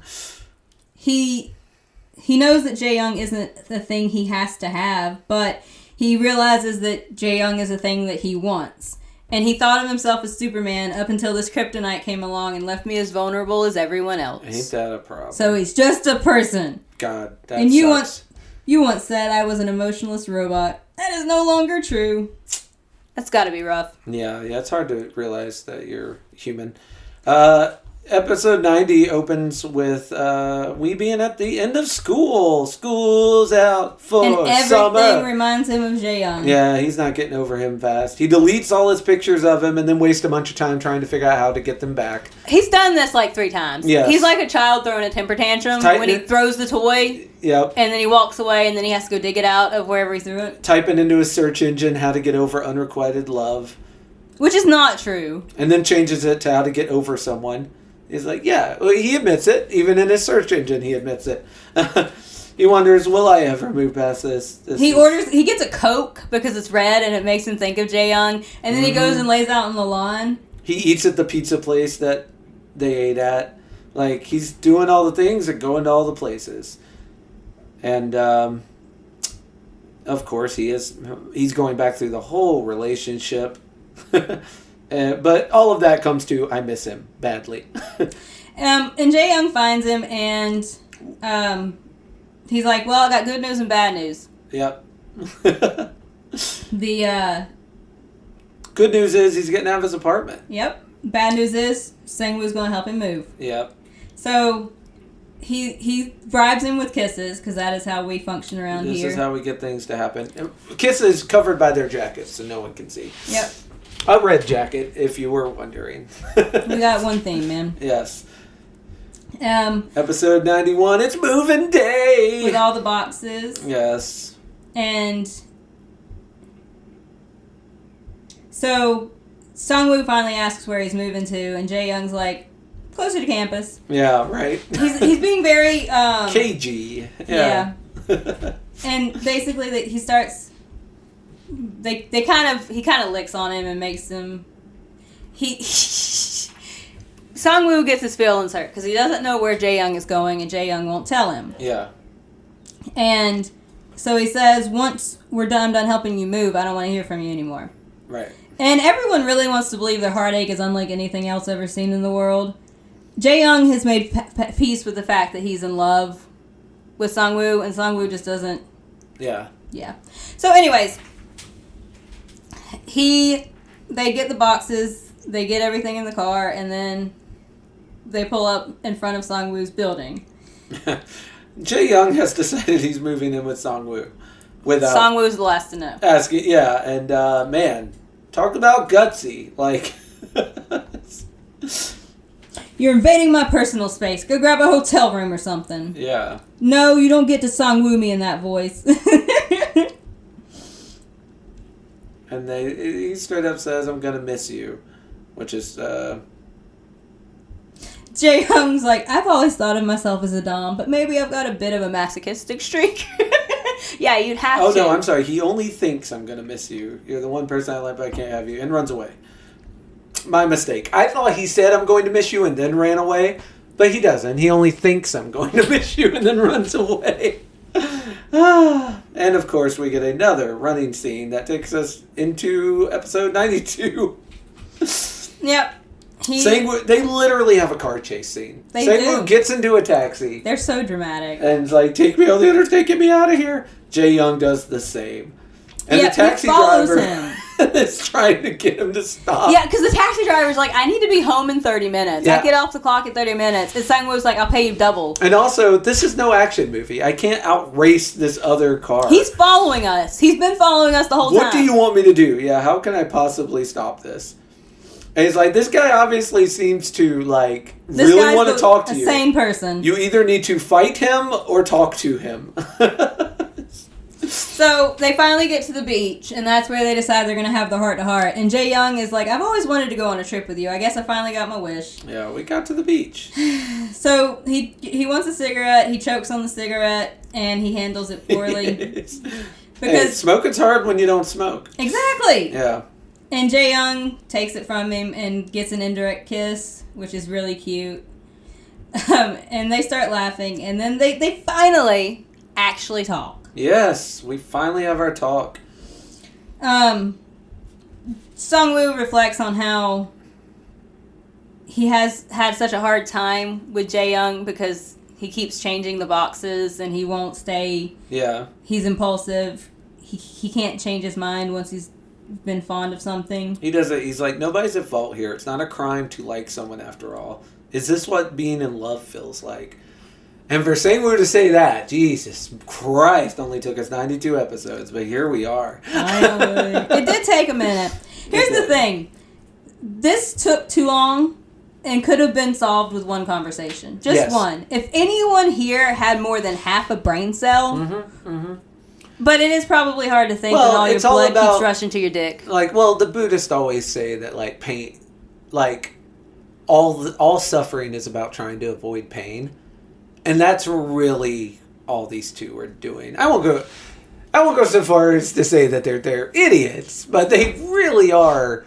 They're idiots. They're really ignorant when it comes to their own emotions and how to handle them. And they are not very Buddhist in the way that they are constantly trying to avoid pain, which leads to much more suffering than you would have if you would just suck it up, Buttercup.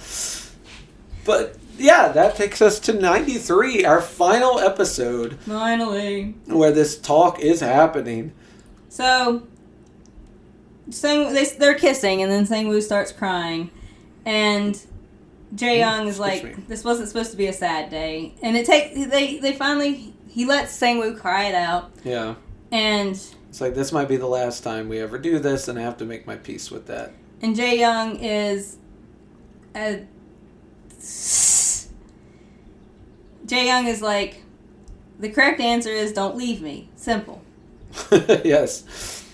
You know what? I'll give you another chance. It's not too late to say it.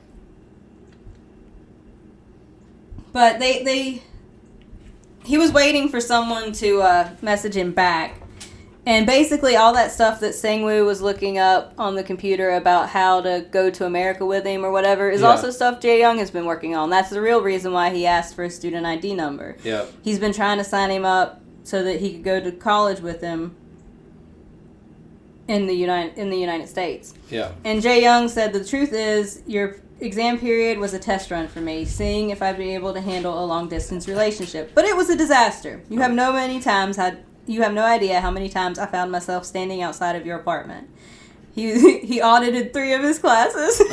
He hid behind Sang-woo in a hoodie. And yeah. So, long story short, Jae-young was trying to figure out a way for Sang-woo to go, but Sang-woo doesn't have the English classes that you need to have to study overseas. And so Jae-young is offering the alternative theory of, well, if you can't come with me, then I'm going to stay here. Which Sang-woo, of course, is pushing back on because, like... Jae-young has really that's your career, man. Yeah. And Jae-young's like, well, not to brag, but I'm going to be an asset anywhere I go, so I can stay here and also be a very successful whatever I decide.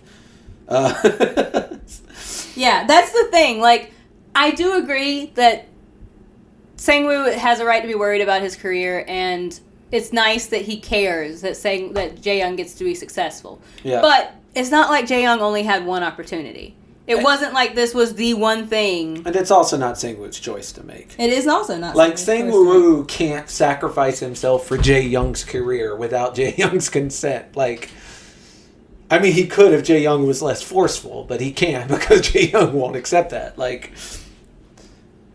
And then Jae-young, they talk... Also, apparently, taking a note out of GA's book, Jae-young comes prepared with information about how homosexuality is a natural phenomenon and all this shit. Yeah. So, maybe he did talk to GA about... maybe Jae-young and GA, like, a tag team this effort at the end of the times. But yeah, basically it seems like they're going to be programmers together. Yep. And then make games, which, man... That's a lifestyle. And Jae-young finally says, I love you. Yes. And yeah, they walk off in the beach together and talking about their game and how, well, now that we've got all the time in the world, let's delay it. Let's make it even better. And yeah, that's it. That last scene is of them, like, this white glow aura around them as they happily walk off at the beach. This was so unnecessary. Look, here's the thing. Do I love my boys? Absolutely. Semantic Error, still one of my favorite BL mangas to ever exist. I have them tattooed on my arm. I regret nothing. Was this last arc completely unfucking necessary? Yes. None of this needed to happen. We didn't need Jae-young being all threatening and evil. Had to have a season 3, though, you see. It was just a single conversation. It's like miscommunication is my least favorite trope for a reason. Yes. It's so irritating. I cannot express correctly how mad it made me. So, your big question, and I'm gonna go real big off the side here. We're gonna make it real weird. Going off of GA's beautiful little speech, do you think the institution of marriage is still needed? Oh, fuck. Yeah. Look, I had such a hard time coming up with a question. I was over here like, how do you feel about the censorship of dicks? But I was... Fine. No. So, the institution of marriage. Jesus. Pro, con, what you got? I mean, fuck. First of all, the idea of it's fine. Like, I'm not against marriage. Like, it's not my bag, but I'm not against it for being anybody else's bag. And I also understand as a government wanting to incentivize people getting together and making more people to send into the workforce. You know, more babies in the battle of the fight against communism. Like, I understand why a government would want to do that. So, tax cuts for it, whatever. Does it have to be marriage? Like, I think there should be for me, it would be a cohabitation tax cut. Like, with the housing shortage we currently have in this country, I think you should always pay people to live more than one to a house. Like, I think that's just a good idea to begin with. Apartments should be really cheap. Yes. Oh, yeah, please. Yeah, free, honestly. Fucking housing, human right. But facts. that is a dream too big. So I would settle for there being an incentive for cohabitation, whether it's attached to marriage or some weird like ceremony where you both wear silk scarves and run along the beach, and then like at the end of it you tie the scarves together and then run back along the beach, and then you have a 3-legged race. Like, whatever the ceremony you want to have to say, hey, we're gonna live together. And we're going to try and make it as a duo instead of as an individual. Or the threesome, or a foursome, like whatever. I think all of that should be encouraged because I think, as you say, I think the families and the groupings are good for society. I think that is a net positive in the world. Does it need to be Christian marriage? No, probably not. Like, I think that particular concept is not necessary. I think that should be an option. I think that should be one of the bubbles you can fill in. But civil union, friends with benefit, like whatever you want to call it, like, well, I think all of those should be allowed. The institute of marriage, I don't think is out of dated or unneeded, but I don't think it should. I think the problem with marriage right now is that it's seen as the only option. I do think it should be updated. I've been married, I've been divorced, I'm married now. I kind of view it as like powered up dating. Like, it's not, because here's the thing, I've been married. Yeah. I've been divorced. Yeah. Marriage isn't anything special like that. Like, right. It's not, you're supposed to be making a promise to be committed, but sometimes shit just don't work out. Yeah. And, like, that's life. You try your best at the moment, and then you change as those changes need to happen. Yeah. And there also shouldn't be a stigma on that. Like, there shouldn't be. I don't think a marriage not working out but I also think that condemnation of either person. I agree with that completely. I agree. No, I mean, obviously I got divorced. But no, hey, you could have got divorced and feel extremely guilty about it. Hey, that's an option. I feel bad for my oldest daughter because I know that makes her life a little bit more difficult. Yeah. But I feel like I made the right choice for me. It makes it's better than had you stayed together for her. Yes. Yep. So, but I do think that marriage needs to be updated because I think especially now with the how more accepted and more popular it is to be in thruples or even more all the different ways. The different ways in which you can have like a polyamorous relationship or whatever. Yeah. I think that those things need to be, I think marriage needs to be updated to include those kind of dynamics. Yes. I don't disagree. I do think that it serves an important social function, and it is important and maybe even necessary to know like where a child should go in the event of something terrible happening. Yes, and it is absolutely. kind of a legal quickening for some of that stuff. But I do think it needs to be updated as we have grown more knowledgeable as a society. The definition should. I do think it needs as all updates. definitions should. As all words should. Yes. In the same respect, like this is slightly off, but also not really off subject. Like the idea of godparents. I think that is something you should have a game plan for if something horrible happens to the people who are taking care of children so that those children have somewhere else to go. Like that is just... As someone with children, it's something that we've had to have conversations about. If you want to take God out of it, that's fine. I'm indifferent to the terminology, but I don't think you should have kids if you don't have that contingency plan. And that is one of the contingency plans that I think, I dare say, the government should step in and be like, okay, you have to have a person. Do you want your children in foster care? Yeah. Like, here's the thing. I'm not saying we shouldn't have foster care. No. But I'm saying that, like, if you are planning to have a child, you should have a plan for what that child can do if something happens. Yes, that's what I mean. Yeah. Like, the alternative to you sitting down and talking this out and having a conversation and a plan is your child could end up somewhere. Yeah. It's a mystery. And if you care about your kid, you probably should not want them to end up in a mysterious location when you suddenly pass away. Yes. Seems logical. That was your big question. Good question. What are we reading next time? Well, in 2 weeks, we are reading something that might be shorter. I'm not sure yet. But it is Scott Beatty and Chuck Dixon's. Chuck Dixon is a guy who I'm always good to talk about. Their run on Batgirl Year 1 with Alvaro Lopez and Marcus Martin also in tow. This is a story about Batgirl's first year being Batgirl. I would hope so. It'd be really weird if it was about the Joker. Some great cameos by... I loved this when I originally read it, but like most things that I present, it was a while ago, so I'm curious to see how it holds up. But I think it's a great story of Batgirl. And it has Black Canary in it a lot, which is cool because don't get a lot of Black Canary. Like, this was my first introduction to Black Canary.